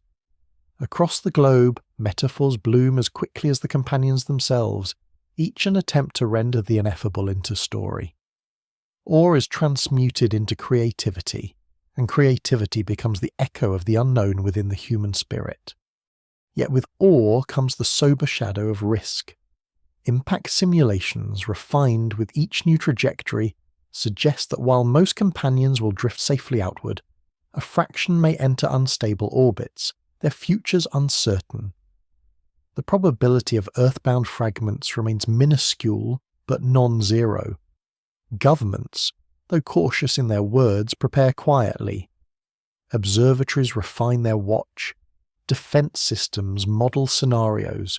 Contingency plans are whispered into being. Humanity has long known that its survival rests upon vigilance against celestial strikes, but rarely has the reminder been so luminous, so insistent, so beautiful. Philosophers return to the theme of multiplication. Why does the universe echo this pattern again and again? Stars multiply into clusters, galaxies into filaments, cells into organisms, civilizations into cultures. Now even comets, once thought singular and fragile, multiply into processions that endure. Multiplication is survival, expansion, abundance. It resists silence, resists entropy, resists death. Perhaps what we witness in 3i Atlas is not anomaly, but affirmation, that the cosmos thrives not by singularity, but by proliferation, scattering itself into new forms wherever possibility allows. From one comes many, and from many comes mystery. The companions reflect humanity back to itself. Like them, we are fragments born of ancient collisions, scattered across the cosmos, seeking coherence. Like them, we orbit in patterns, clustering into societies and cultures, weaving rhythms that defy chaos. Perhaps this is why the sight of 3i Atlas resonates so deeply, because in its multiplication we recognize our own. In its persistence we glimpse our own struggle to endure. The cosmos is not speaking to us, but through it we hear echoes of ourselves. Still, the mystery persists. Why do the companions align into triangles and spirals? Why do they pulse in rhythms, dimming and brightening as if in dialogue? Why do they endure when physics insists they should disperse? Each new observation adds layers rather than clarity. Some scientists propose that we may be witnessing an entirely new class of celestial structure. Not comet, not asteroid, but something intermediate, transient, alive with forces not yet mapped. Others dare to whisper of artifacts, the possibility that intelligence may express itself not in signals or structures we expect, but in phenomena disguised as natural. The evidence remains thin, yet the thought lingers, refusing to vanish, carried by the same persistence that defines the companions themselves. Mars fades into the distance, but the story moves forward. Ahead lie the orbits of Jupiter and Saturn, giants whose gravity will tug at the procession, shaping their paths in ways both predictable and unknowable. What will happen when the companions encounter such forces? Will they scatter, torn apart by tidal stresses? Will they endure, locked into new symmetries? Or will they transform again, revealing patterns beyond imagination? The answers remain ahead, hidden within a darkness that beckons with both wonder and dread. On Earth, the world waits. Every night telescopes turn, cameras capture, algorithms analyze. But beyond the data lies a deeper truth. Humanity is learning to dwell within uncertainty, to hold awe and fear together, to accept that not every mystery yields to explanation. In this, 3 Atlas has already changed us. It has reminded us that knowledge is not the end of wonder, but its beginning, and that the universe still holds questions vast enough to humble even the most confident age. And so the companions multiply still, their halos glowing softly against infinity. Beyond Mars they drift, luminous, strange, enduring. Each is a fragment, a mystery, a symbol. Together they are a procession, a chorus, a riddle written in light. The story is not finished. It has only just begun, and beyond the giants of the solar system lies a horizon where secrets greater still may await. Beyond the orbit of Mars, the procession of 3i Atlas stretches outward like a luminous river, flowing deeper into the solar system. Its companions, now countless in number, drift as though bound by a silent covenant, halos flickering against the vastness of black space. The visitor from interstellar darkness carries with it the aura of inevitability, as if its very presence is a message, one that cannot be rushed, one that unfolds only in the slow rhythms of the cosmos. Earth watches still, captivated, yet also uneasy, for the further this caravan advances, the more profound its mystery becomes. Jupiter looms ahead, the giant of the solar system, its gravity a force that has shaped worlds and flung comets across millennia, now prepares to test the cohesion of the companions. Observers speculate that the great planet may scatter them, drawing some inward, casting others outward, or perhaps tearing them apart altogether. Yet the patterns endure. Even as Jupiter's pull begins to touch them, the companions remain aligned, their geometry stable, their halos pulsing as if indifferent to the largest gravitational well short of the sun itself. It is as though the caravan resists the giant's call, maintaining its strange discipline against forces that should have undone it. Instruments record new anomalies. Some companions appear to emit faint radio-like bursts, whispers across the electromagnetic spectrum. At first these are dismissed as background noise, interference from solar activity, but repeated observation reveals correlations. Bursts synchronize with the dimming and re-illumination of halos, as though light and signal were threads of the same pattern. Could this be coincidence, the chance overlap of unrelated phenomena? Perhaps. Yet once the possibility of communication has entered human thought, it refuses to depart. The idea spreads quietly, fueling debates not only in scientific halls, but in the corridors of imagination. On Earth, the cultural resonance grows impossible to ignore. The procession inspires movements of art, music and literature that bloom as rapidly as the companions themselves. Symphonies echo the flicker of halos, canvases capture the geometry of triangles and spirals, poets write of caravans of light crossing eternal seas. The mystery becomes more than an event. It becomes a symbol of humanity's shared gaze, proof that even in an age of technology and division, the sky can still unite billions in wonder. To look upon 3i Atlas is to glimpse a reminder of how small we are, and yet how vast our capacity for awe remains. Yet awe does not erase the shadow of risk. The closer the caravan drifts to Jupiter, the greater the chance of gravitational scattering. impact simulations now include the possibility of fragments being flung inward, toward Earth's orbit, decades or centuries hence. The probabilities remain slim, but history whispers reminders. The scars on Earth's surface, the craters of the Moon, the extinction of species written into stone. The companions are beautiful, yes, but beauty in the cosmos is never divorced from danger. Humanity is reminded once more of its fragility beneath skies that are not benign but impartial. Still, what fascinates most is not the risk but the persistence of order. Why do the companions endure when physics insists they should dissolve into chaos? Some theorists propose that they may be bound by forces beyond current models, perhaps electromagnetic lattices sculpted by solar wind, perhaps resonances seeded deep within the core of 3i Atlas itself.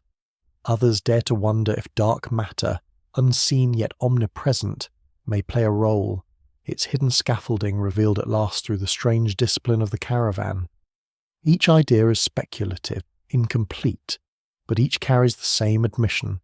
The universe has revealed something new, and humanity does not yet understand it. Jupiter watches in silence, its storms swirling, its moons glittering like sentinels. If the companions are tested here, their response will echo across the solar system. Already, instruments detect subtle deflections, some companions veering slightly, others tightening their formations. To see matter respond in coherence, across distances too great for simple forces to explain, is to glimpse the possibility that the cosmos contains principles not yet grasped. Perhaps order itself is a force, one as real as gravity, one that binds matter into symmetries that endure even against giants. On Earth, philosophers linger upon this thought. They speak of the procession not as anomaly, but as metaphor. Humanity, too, drifts in a void vast beyond comprehension, held together not only by physics but by order, the order of story, of culture, of meaning. Without it, we would scatter, dissolve into chaos. With it, we persist, aligned against entropy. The companions of 3i Atlas mirror this struggle. Glowing fragments that resist dispersal, halos that insist upon coherence. To watch them is to watch ourselves reflected in ice and dust across the canvas of night. The possibility of communication refuses to fade. The bursts of light, the radio whispers, the rhythms that persist, all fuel speculation that the caravan is not passive but expressive. Perhaps these are not signals meant for us, but bystanders' echoes of processes unfolding for their own sake. Yet even so, the idea of intent haunts the imagination. Could intelligence manifest not as machines or cities, but as processions of bodies in space? Could thought itself be woven into the fabric of matter, revealed not in words but in rhythms, not in architecture but in geometry? The questions are unsettling yet exhilarating, pushing human imagination beyond its familiar boundaries. Jupiter draws closer, and with it the promise of transformation. Whether scattering or enduring, the companions will soon reveal something new. Their halos glow against the black, their patterns pulse with silent insistence, their multiplication continues. The solar system, once mapped and familiar, feels strange again, alive with phenomena that resist explanation. For the first time in generations, humanity confronts the unknown not in distant galaxies, but in its own neighbourhood. A reminder that the frontier of mystery is never far, always waiting just beyond the horizon of certainty. The caravan advances, luminous and strange, and in its wake humanity is changed. To watch it is to remember humility, to accept uncertainty, to rediscover awe. Whether fragments or messages, natural or otherwise, the companions of 3i Atlas have already fulfilled their role. They have reminded us that the universe is still vast enough to astonish, still fertile enough to surprise, still mysterious enough to defy. And so the procession moves forward, toward Jupiter's embrace, toward outcomes unknown, carrying with it the questions of a species that has never stopped looking upward. Jupiter rises before the procession, a giant painted in storms, Its bands of colour swirl like eternal rivers, its great red spot rages as a hurricane older than human civilization, and its gravity pulls with a force that bends the paths of comets, asteroids, and worlds. Now this gravity reaches out to Three-Eye Atlas and its companions, testing the integrity of their strange formation. The solar system's gatekeeper, long known for deflecting or capturing interlopers, becomes the crucible through which this mystery must pass. If anything could unravel the cohesion of the caravan, it would be Jupiter. Yet the companions resist. Observations show them flexing, shifting, but never scattering.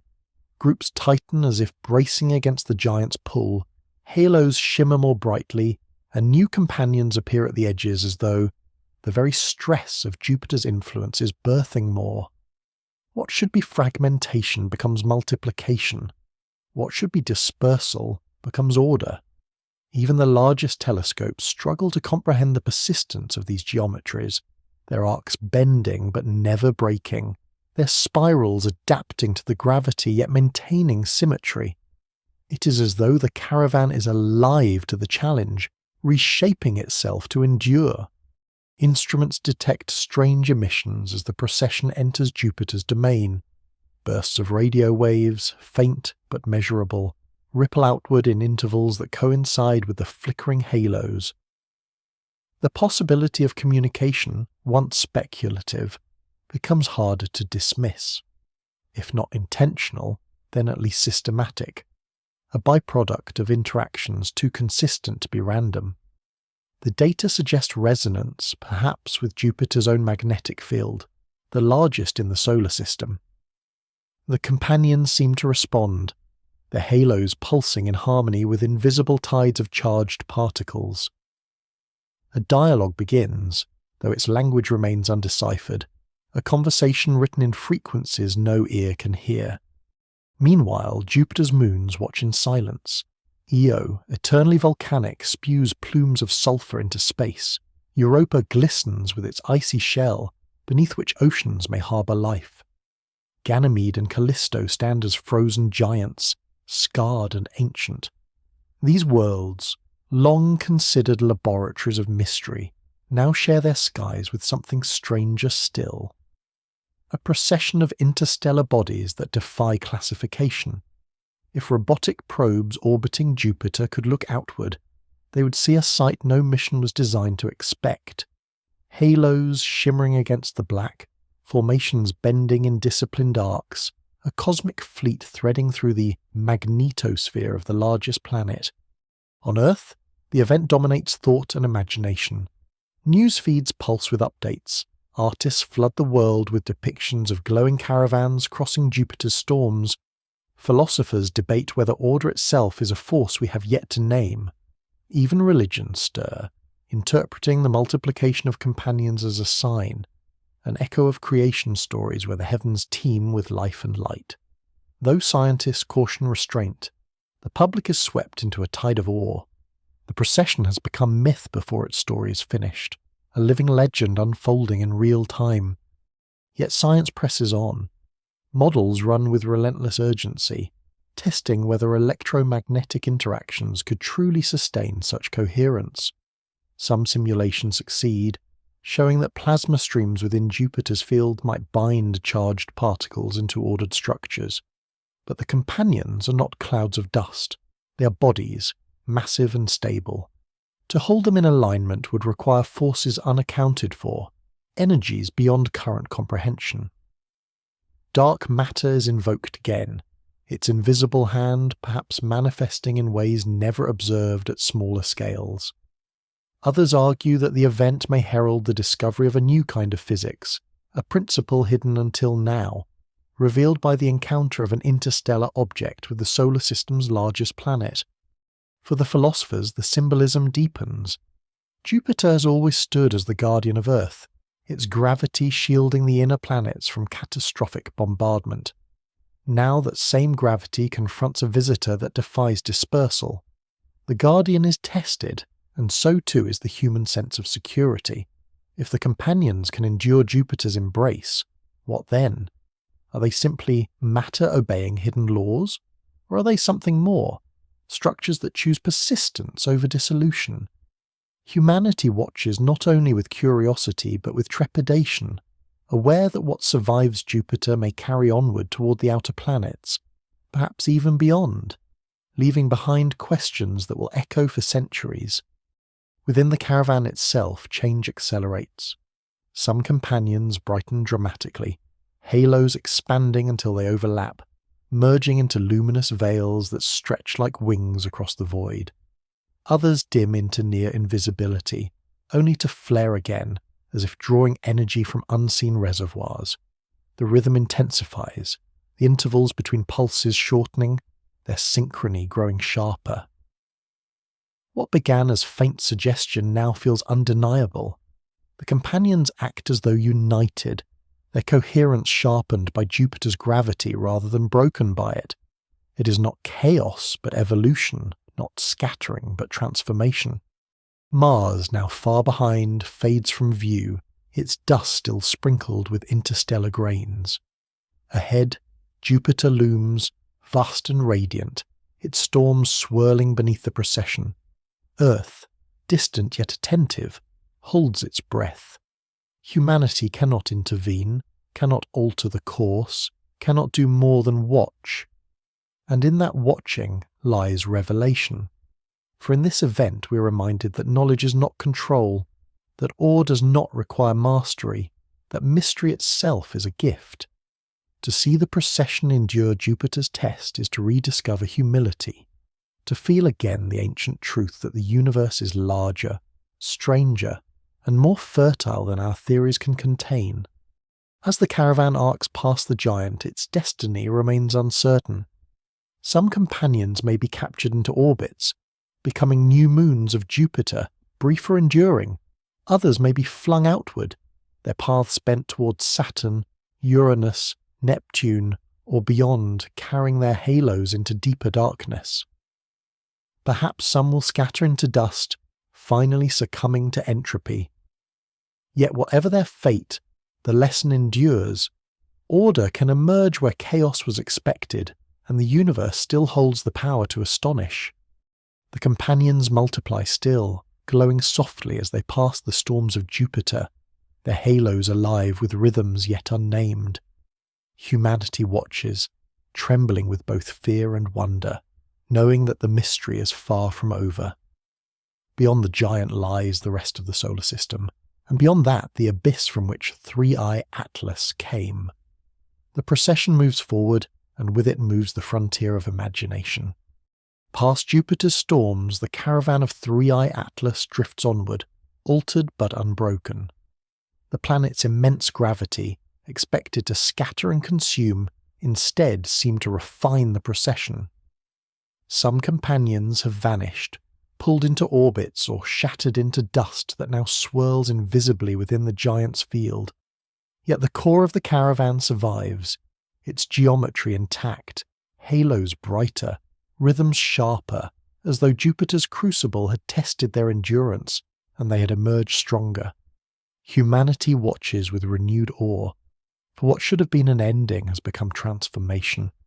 Saturn rises on the horizon of their path, its rings glimmering like a celestial crown, bands of ice and stone that whisper of order and fragility. The thought arises unbidden. What might happen when this interstellar procession intersects with such delicate architecture? The companions, multiplying still, drift as though aware of the majesty ahead. Their halos shimmer in faint synchrony, pulses overlapping until they resemble the beats of a cosmic heart. If coincidence, it is uncanny. If not, it is revelation. New anomalies appear. Instruments record low-frequency waves rippling outward from the companions, vibrations not of light but of space itself, as though they disturb the very fabric they travel through. Some theorists propose gravitational echoes, tiny oscillations produced by masses shifting in ways not yet understood. Others argue that the signals are artifacts of measurement, ghosts of machinery pushed to its limits. But a few, bold or reckless, suggest that we may be glimpsing the first signs of interaction with dimensions beyond the familiar. Could the companions be instruments themselves, resonating not only in our space but across others, broadcasting patterns into realms we cannot see? Meanwhile, Saturn prepares its welcome. Its moons, each unique, turn their faces toward the approaching procession. Titan, with its methane lakes and thick orange sky, glows faintly in the cold light. Enceladus, its plumes erupting from a hidden ocean, sprays water into the void. Rhea, Dion, Iapetus, all bear the scars of ages past, frozen testaments to celestial violence and persistence. Now they will witness something stranger than any collision. A caravan of interstellar companions threading their way past the rings, halos shimmering against the icy debris. It is a sight no mythology had ever dared to dream. Saturn, the ancient god of time, encircled by mysteries born beyond the sun. On Earth the world trembles with fascination. The procession is no longer simply a cometary anomaly. It is a drama unfolding in acts, each planet a stage, each passage a revelation. Cultural movements swell. Poets speak of the fleet of light. Musicians compose symphonies that mimic the deep pulses detected from the companions. Painters depict Saturn's rings pierced by glowing arcs, caravans threading through crystalline bands. Humanity responds not with fear alone, but with creativity, as though the cosmos has invited us to participate in its performance. To observe is to imagine, and to imagine is to multiply meaning, just as the companions themselves multiply across the void. Yet danger remains. Simulations warn that the rings of Saturn may not escape unscathed. If even a single companion collides with the icy bands, the delicate balance could fracture, scattering shards across orbits, perhaps birthing new moons, perhaps destroying old patterns. Saturn has endured collisions for billions of years, but never has an interstellar procession passed so close, its numbers so many, its geometry so unyielding. The possibility of transformation looms. What we call rings today may look different tomorrow. The thought is sobering. Beauty itself is impermanent, subject to the whims of forces older than time. The scientific community, racing to keep pace, refines its models. The companions are now thought to possess internal cohesion, far greater than ice and dust would allow. Some must contain metals, others silicates, still others unknown compounds. The halos, far from passive clouds, behave like membranes, absorbing energy from the solar wind and re-emitting it in pulses. If so, then the companions are not fragile but robust, capable of surviving passages through planetary fields that would shred ordinary comets. They are not dying fragments, but persistent entities, and persistence is the language of life. Philosophers take the thought further. What if persistence itself is intelligence? Not consciousness as humans define it, but a form of order that resists entropy, adapts to forces, multiplies to endure. If so, then perhaps the companions are not artifacts of intelligence, but intelligence expressed in matter. Intelligence without mind, thought without brain. Such a concept stretches belief, yet so too does the sight of halos pulsing in harmony as they drift past giants. The universe may not think as we think, but perhaps it thinks nonetheless, in ways untranslatable but no less real. As Saturn draws near, the procession continues to multiply. New companions emerge at the fringes, halos faint at first, then strengthening until they join the rhythm. From one, many. From many, more. The pattern echoes across scales, galaxies, stars, cells, civilizations. Multiplication as a law, not anomaly. Humanity begins to see itself reflected once again, a species scattered across continents, multiplying stories, multiplying meanings, multiplying questions. In the companions of 3 Atlas we see not alienness but kinship, not because we understand them, but because we too endure through proliferation. The rings shimmer in the distance, delicate and immense, a cathedral of ice encircling the giant. Soon the caravan will pass among them, testing their order, reshaping their beauty. Perhaps the rings will scatter into chaos, or perhaps they will sing in resonance with the procession, their particles vibrating with new rhythms, as though the giant and the visitor have entered into dialogue. Whatever the outcome, it will be recorded not only in data, but in memory, a moment when the solar system itself became theatre, its ancient structures illuminated by the passage of something incomprehensible. On Earth, silence grows heavier. Billions wait for the first images of the caravan entering Saturn's rings, knowing they will witness something no human eye has ever seen. The anticipation is electric, the mystery palpable. For the companions multiply still, halos bright against eternity, their geometry unwavering, their purpose unknowable. Saturn turns in its solemn majesty, its rings gleaming like frozen rivers of light. For billions of years those rings have endured, fragile yet eternal, sculpted by gravity, shattered by impacts, rebuilt by time. Now they face a visitor that carries not one body but many, a caravan of companions whose multiplication has rewritten what humanity thought it knew of comets. The moment of passage has come, and the solar system holds its breath.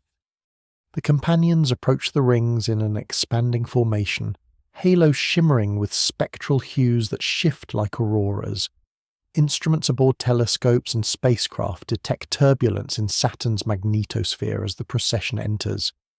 Charged particles stir, radio emissions rise, and faint pulses ripple outward, resonating with the flickers of the companions themselves.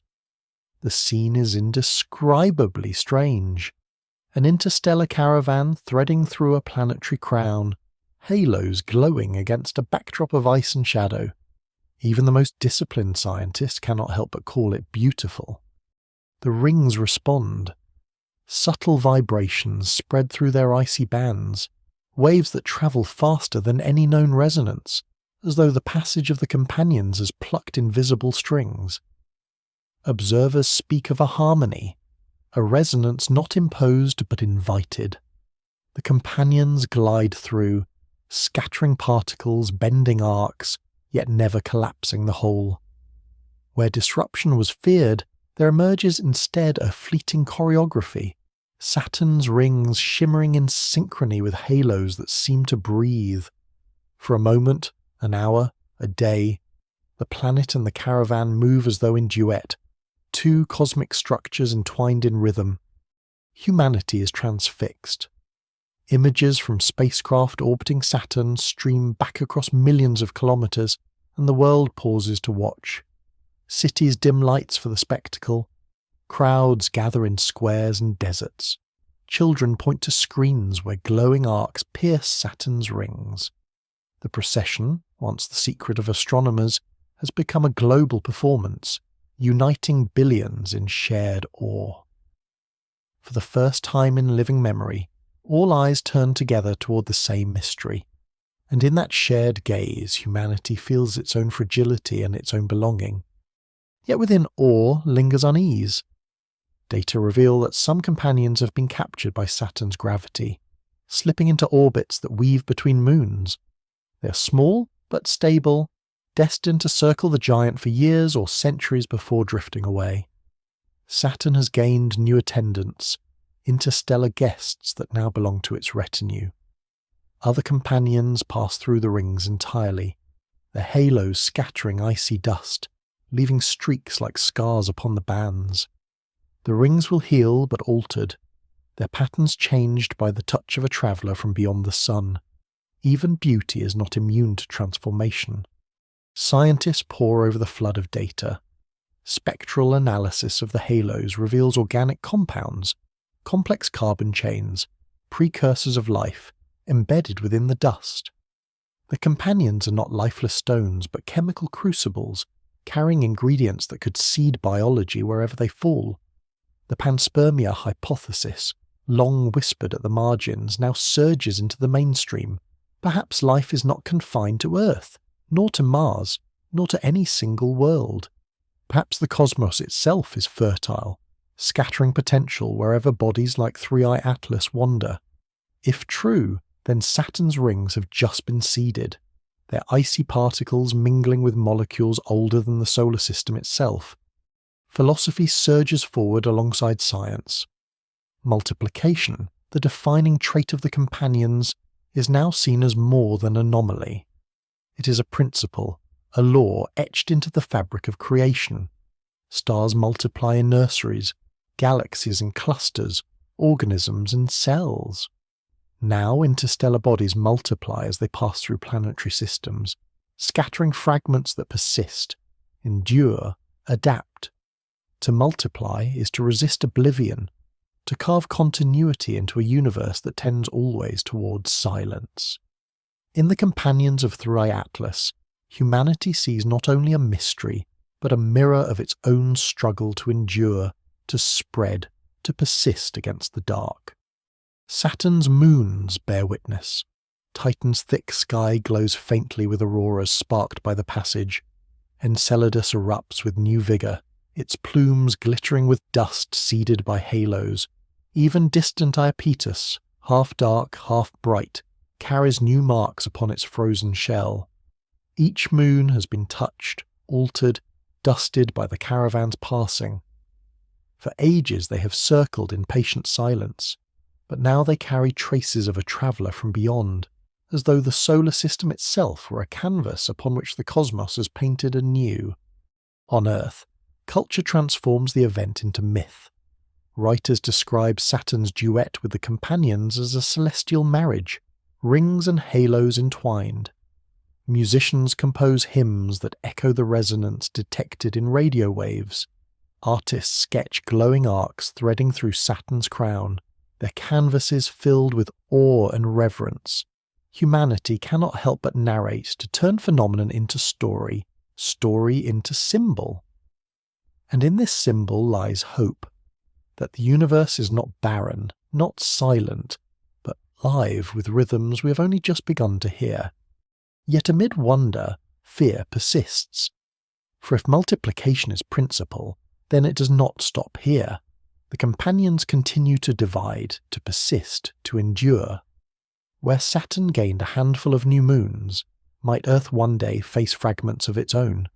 The probabilities remain slim, but the shadow lingers. Awe and dread are bound together, inseparable twins.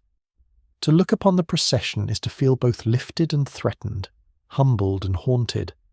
Such is the nature of the cosmos, to give beauty without promise of safety. As the caravan moves beyond Saturn, the rings shimmer behind it, altered yet intact. The planet resumes its silence, but the memory endures. Humanity has seen something no generation before could imagine. An interstellar procession threading through a planetary crown, halos glowing in resonance with rings. It is a vision that will not fade, a moment that will echo in story, art, and thought long after the caravan has vanished into the darkness. Ahead lie Uranus and Neptune, the cold giants at the edge of sunlight, and beyond them the abyss where the solar system dissolves into interstellar night. What transformations await there, what multiplications yet to come, none can say. But the companions glow still, multiplying as though nothing can arrest their proliferation, carrying with them the riddle of persistence itself. The procession continues, luminous and strange, and humanity follows with eyes wide open, sensing that the greatest revelations are yet to come. Beyond Saturn's shimmering crown, the caravan of Three-Eye Atlas drifts into colder domains. Here, sunlight weakens, shadows lengthen, and the solar system begins to merge with the vastness of interstellar night. Yet the companions do not fade. The halos glow faintly, pulsing against the void like embers carried on a cosmic wind. Where ordinary comets grow dim as they depart from the sun, this procession seems to resist dimming, as though sustained by energies deeper than reflected light. Humanity, watching from afar, senses that the mystery is intensifying rather than diminishing. Uranus rises ahead, a pale giant rolling on its side, encircled by rings faint and delicate. Its axis tilted as though struck by some ancient catastrophe, makes it appear to spin askew against the stars. For centuries, Uranus has been a planet of subtlety, distant and enigmatic, known more by mathematics than by direct vision.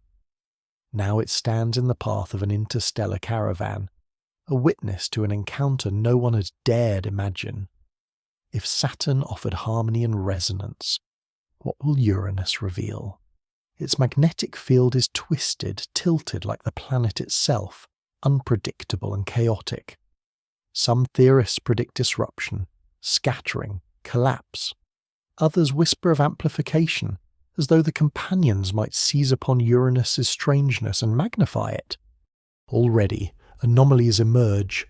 Instruments detect surges of charged particles around the planet, intensities greater than any previous measurement. The companions approach not in disorder, but in new formations, spirals tightening, halos merging into luminous veils that stretch like ribbons. Some companions drift ahead, others lag behind, but the whole retains coherence, like dancers improvising yet never abandoning rhythm. Uranus responds with auroras that erupt across its atmosphere, curtains of blue-green light shimmering at latitudes far from the poles. The companions seem to draw music from the planet's tilted heart, plucking invisible strings that hum in wavelengths too low for ears to hear. On Earth, the effect is electrifying. Data streams from distant observatories inspire both science and art. Musicians translate auroral vibrations into sound, crafting symphonies that echo the planet's tilted magnetism. Painters render spirals of glowing companions crossing a pale blue world shrouded in mystery. Poets speak of the dance of imbalance, of a universe that creates beauty even in broken symmetry. Humanity, far from Uranus, nonetheless feels connected to its transformation, as though the strange planet has offered itself as a canvas upon which the procession paints. Yet danger lies within beauty. The companions, stable until now, begin to divide again under Uranus's influence. New halos ignite, faint at first, then brightening until they join the rhythm. Multiplication resumes, relentless, unstoppable, as though Uranus's tilted field has triggered another phase of proliferation. What began as dozens near Mars has become hundreds near Saturn, and now thousands near Uranus. The caravan swells until it seems less a fleet, and more a galaxy in miniature, a self-sustaining swarm that mocks the predictions of dispersal. To multiply is to endure, and endure they do. Scientists grow uneasy.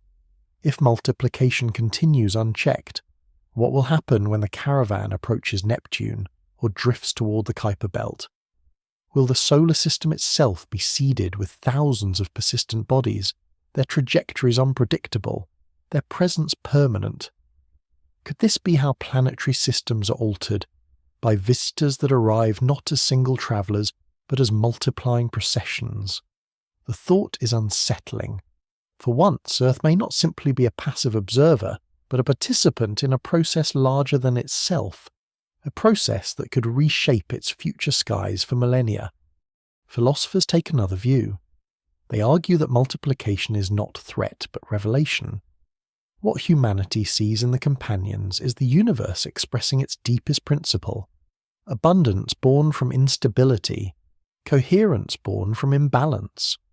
Uranus, tilted and broken, has become the midwife of new companions, as though the cosmos itself honours imperfection as a source of creation. In this vision, flaw is not weakness but potential, and disorder is not chaos but opportunity. Humanity too is flawed, tilted, imperfect, and yet from those imperfections arise art, meaning civilization itself. The companions, multiplying through imbalance, reflect the truth that beauty often grows from fracture. Meanwhile, Uranus endures. Its pale disk spins, its rings shimmer faintly, its moons glide in eccentric orbits. Some companions are captured briefly, tracing arcs around the planet before slipping free again. Others plunge through its faint rings, scattering dust that glows as though ignited by the halos. For days the planet glimmers more brightly than ever recorded, wrapped in veils of light that ebb and flow with the passage. Then, slowly, the caravan drifts onward, leaving behind a transformed Uranus, a world dusted with interstellar matter, its auroras enriched by rhythms older than the sun. On Earth, the spectacle deepens into myth. Stories spread of the tilted giant's dance, of companions that multiplied upon a broken planet and left it shining. Cultures invent symbols, rituals, artworks to commemorate the moment. In this way, the event is immortalized not only in data but in imagination, becoming part of humanity's inheritance. To watch the caravan is not only to learn but to dream, and in dreaming, to expand the boundaries of what we believe possible. Still, unease lingers. Multiplication without end suggests consequences unknown. Will the companions scatter across the outer solar system, filling it with new bodies that persist for ages? Will they fade at last into darkness, leaving only memory? Or will they transform again, revealing forms beyond comprehension? No answer suffices. The procession remains silent, indifferent, enduring. Its only language is multiplication, its only message persistence, its only certainty mystery. Ahead lies Neptune, the final giant, cold and stormy, a planet of deep blue winds. Beyond Neptune, the Kuiper belt stretches like a frontier of frozen relics, and beyond that, the abyss of interstellar space. The companions, luminous and strange, drift toward these horizons, carrying with them the riddle of abundance. Humanity follows with eyes, with instruments, with imagination, knowing that the story is not yet finished. And so the caravan advances, multiplying still, leaving Uranus shimmering behind, its tilt illuminated by visitors from beyond. What awaits at Neptune remains hidden, but the promise is clear. The deepest mysteries lie not in what has been seen, but in what is yet to come. Neptune waits at the edge of sunlight, a world of deep azure wrapped in storms that howl faster than sound. Its gales whip endlessly around the planet, sculpting clouds into ribbons and whirls that shift with hypnotic speed. For centuries, Neptune has been a distant giant, glimpsed only through telescopes and fleeting spacecraft flybys. Now it prepares to receive a caravan from the stars, Three-Eye Atlas and its ever-multiplying companions, a spectacle unlike any encounter the solar system has known. As the procession enters Neptune's realm, instruments detect turbulence far beyond expectation. The companions, glowing with halos that shimmer faintly green and violet, seem to awaken under the planet's influence. Some accelerate, others slow, as though Neptune's immense gravity were not pulling them blindly, but engaging them in dialogue. Halos pulse in response to shifts in the planet's magnetic field, their rhythms overlapping with the auroras that blaze at Neptune's poles. For the first time, scientists witness what looks less like random interaction and more like resonance, as if the companions are tuning themselves to the music of the planet. Neptune's storms intensify. Great dark spots appear and vanish, vast tempests churning across its face. Observers on Earth note the coincidence. Each storm's birth mirrors a surge in companion brightness, as though cause and effect were entwined. Could the procession be feeding Neptune, stirring its atmosphere, provoking its chaos? Or is Neptune itself awakening something within the companions, drawing energy from their halos and amplifying it across its skies? The line between question and answer blurs. What is certain is that the planet is changed, and the companions glow more brightly than ever before. The multiplication continues. Thousands of bodies now drift within the caravan, their halos expanding until they overlap, forming luminous veils that stretch like banners across the void. The sight is staggering. A river of light flowing past a storm-racked giant, its waves shimmering with rhythms that no human language can capture.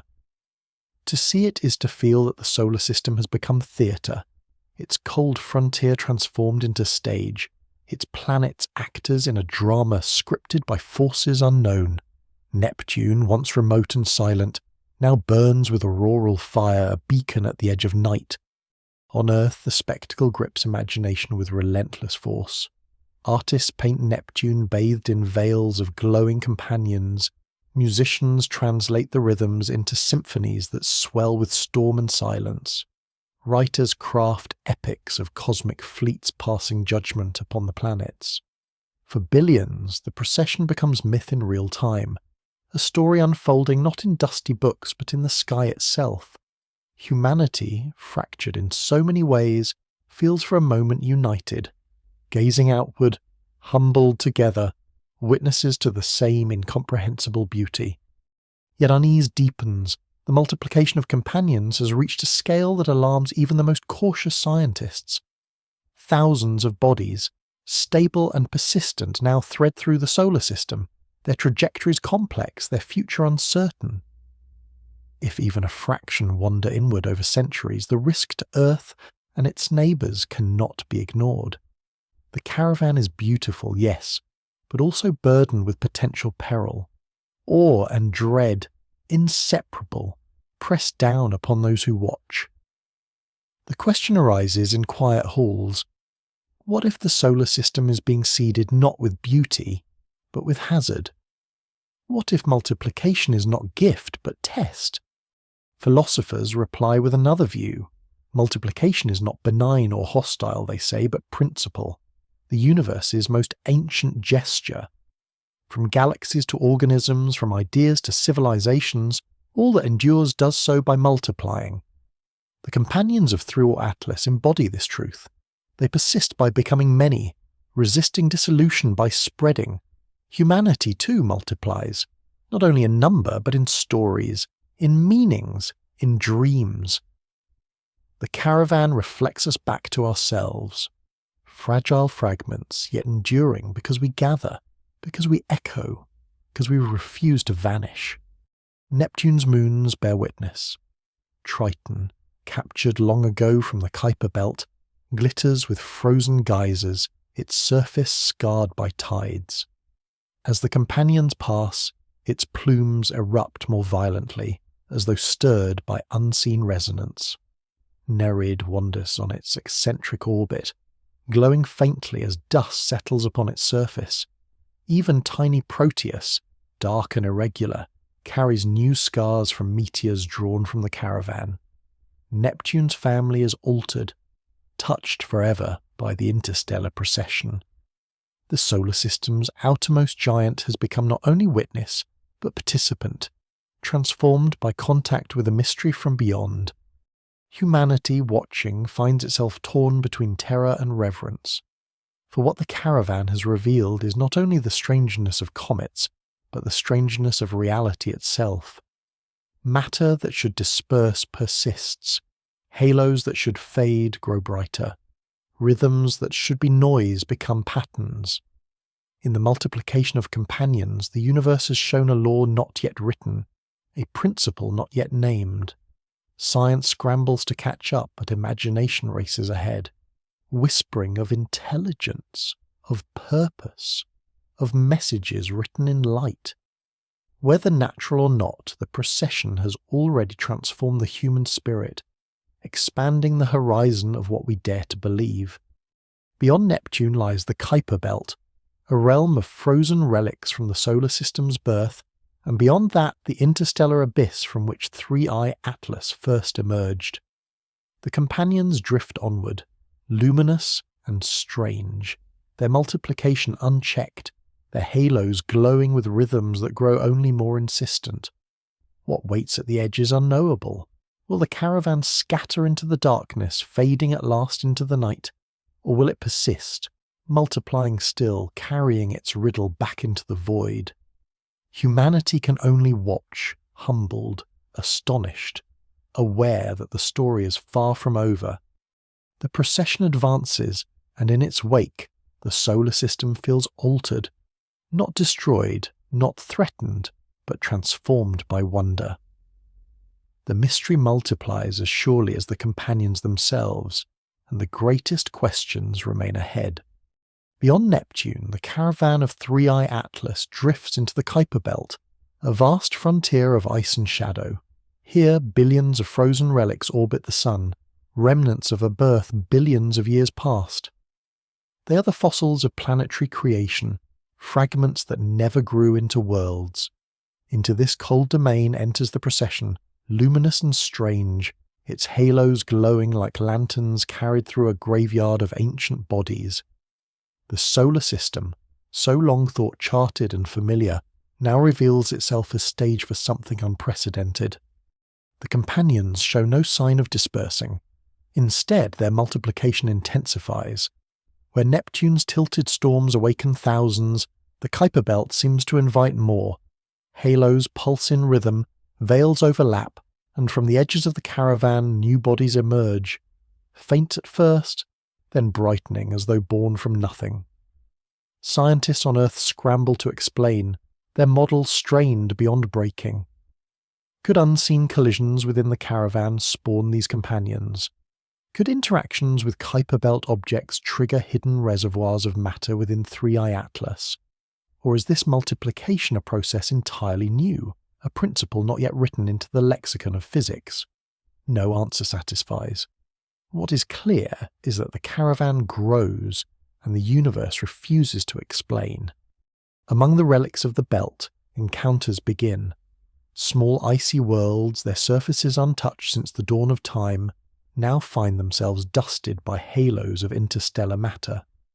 Some companions pass close, scattering debris into new orbits, altering ancient patterns. A few appear to merge, fusing with belt objects, leaving behind luminous scars that fade only slowly. For the first time, the Kuiper belt is not a region of quiet obscurity, but of transformation, awakened by the touch of a visitor from beyond. It is as if the caravan were sowing seeds into the solar system's oldest soil, scattering matter older than the sun into a field long barren. Earth watches in awe, its instruments straining to follow faint lights across unimaginable distances. The procession is dimmer now, blurred by distance and faintness, yet its persistence is undeniable. Halos continue to pulse, companions continue to multiply, patterns continue to align in arcs and spirals that refuse randomness. Humanity, though far away, feels the echo of participation, for in the multiplication of companions lies a reflection of our own condition. Fragile beings scattered across a world, enduring only because we cluster, we align, we multiply meaning where matter alone would dissolve. Philosophers take the thought further. They argue that the caravan is not anomaly but archetype, a living metaphor for the universe itself. From galaxies to cells, from ideas to civilizations, persistence arises not from singularity but from proliferation. The companions of 3i Atlas embody this law, multiplying not to threaten but to reveal.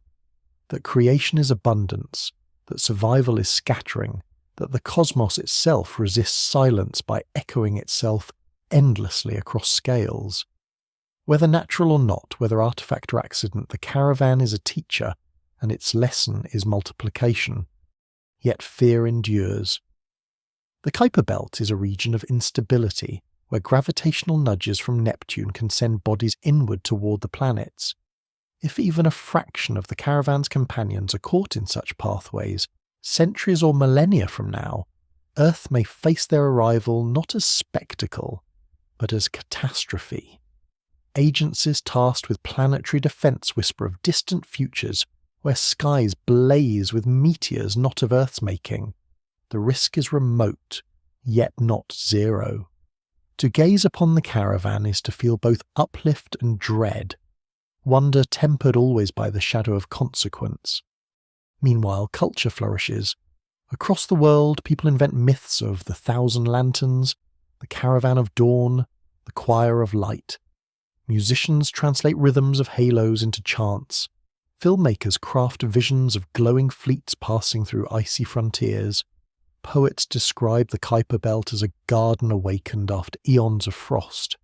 Humanity, confronted with the incomprehensible, responds as it always has, by weaving story, by creating meaning, by multiplying imagination in response to the universe's own abundance. The caravan is no longer only out there, it lives now within us, reflected in our words, our art, our dreams. Within the Kuiper Belt, transformations continue. Some companions fracture, scattering halos that linger like ghostly veils. Others cluster, forming temporary constellations that drift as units, their geometry holding against the void. A few vanish entirely, extinguished without trace, as if slipping into dimensions unseen. Instruments register faint gravitational ripples, anomalies too subtle to confirm but too persistent to dismiss. Could the companions be interacting with space-time itself, weaving distortions as they multiply? The idea unsettles, but no simpler explanation suffices. The caravan remains a riddle, its every act deepening mystery rather than dispelling it. Beyond the Kuiper Belt lies the heliopause, the boundary where the sun's breath ends and interstellar winds begin. The companions, luminous and multiplying, drift steadily toward it. Soon they will cross that threshold, returning to the abyss from which they came, leaving behind a solar system dusted with their passage. Humanity prepares itself for that moment, knowing that observation will grow faint, data scarce, signals weak. The caravan will fade from sight but not from memory. Its lesson will endure, that the universe is stranger, richer, more fertile than we ever dared to believe. The solar system, once thought mapped and familiar, has been altered forever. Mars carries dust from halos, Saturn's rings shimmer with scars, Uranus dances with spirals, Neptune blazes with auroras, and the Kuiper Belt itself is seeded with interstellar matter. The caravan has passed and nothing remains untouched. Even Earth, though distant, has been transformed, not by fragments, but by vision, by awe, by the rediscovery of wonder. And so the companions multiply still, drifting toward the edge of sunlight, their halos glowing softly as they vanish into night. Ahead lies the interstellar void, where mysteries deeper still may await.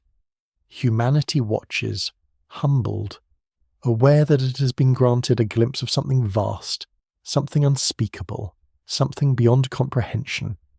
The procession continues, luminous and strange, carrying its riddle into the dark, leaving behind a solar system forever changed. At the edge of the sun's dominion, the procession of Three-Eye Atlas approaches the heliopause, the frontier where solar wind surrenders to the deeper ocean of interstellar space. Here, the solar system dissolves into vastness, its influence fading into silence. Beyond this invisible border lies the abyss from which the visitor first emerged, and toward which it now returns, trailing its countless companions like a luminous river flowing back into the sea. For humanity, this is the final act of a spectacle that has stretched across worlds, an ending that feels less like closure and more like invitation. The companions do not scatter. They multiply still, their halos glowing even as sunlight weakens to faint embers.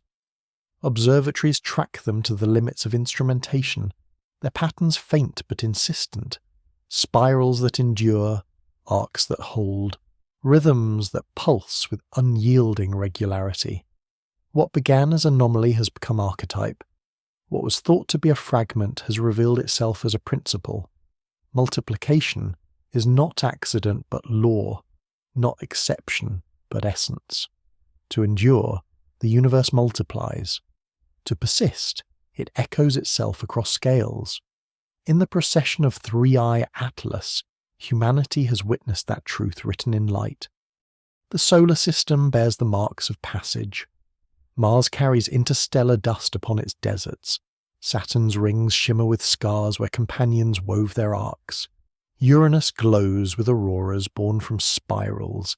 Neptune burns with storms intensified by resonance. Even the Kuiper Belt, long silent, has been stirred into new motion, dusted with matter older than the sun.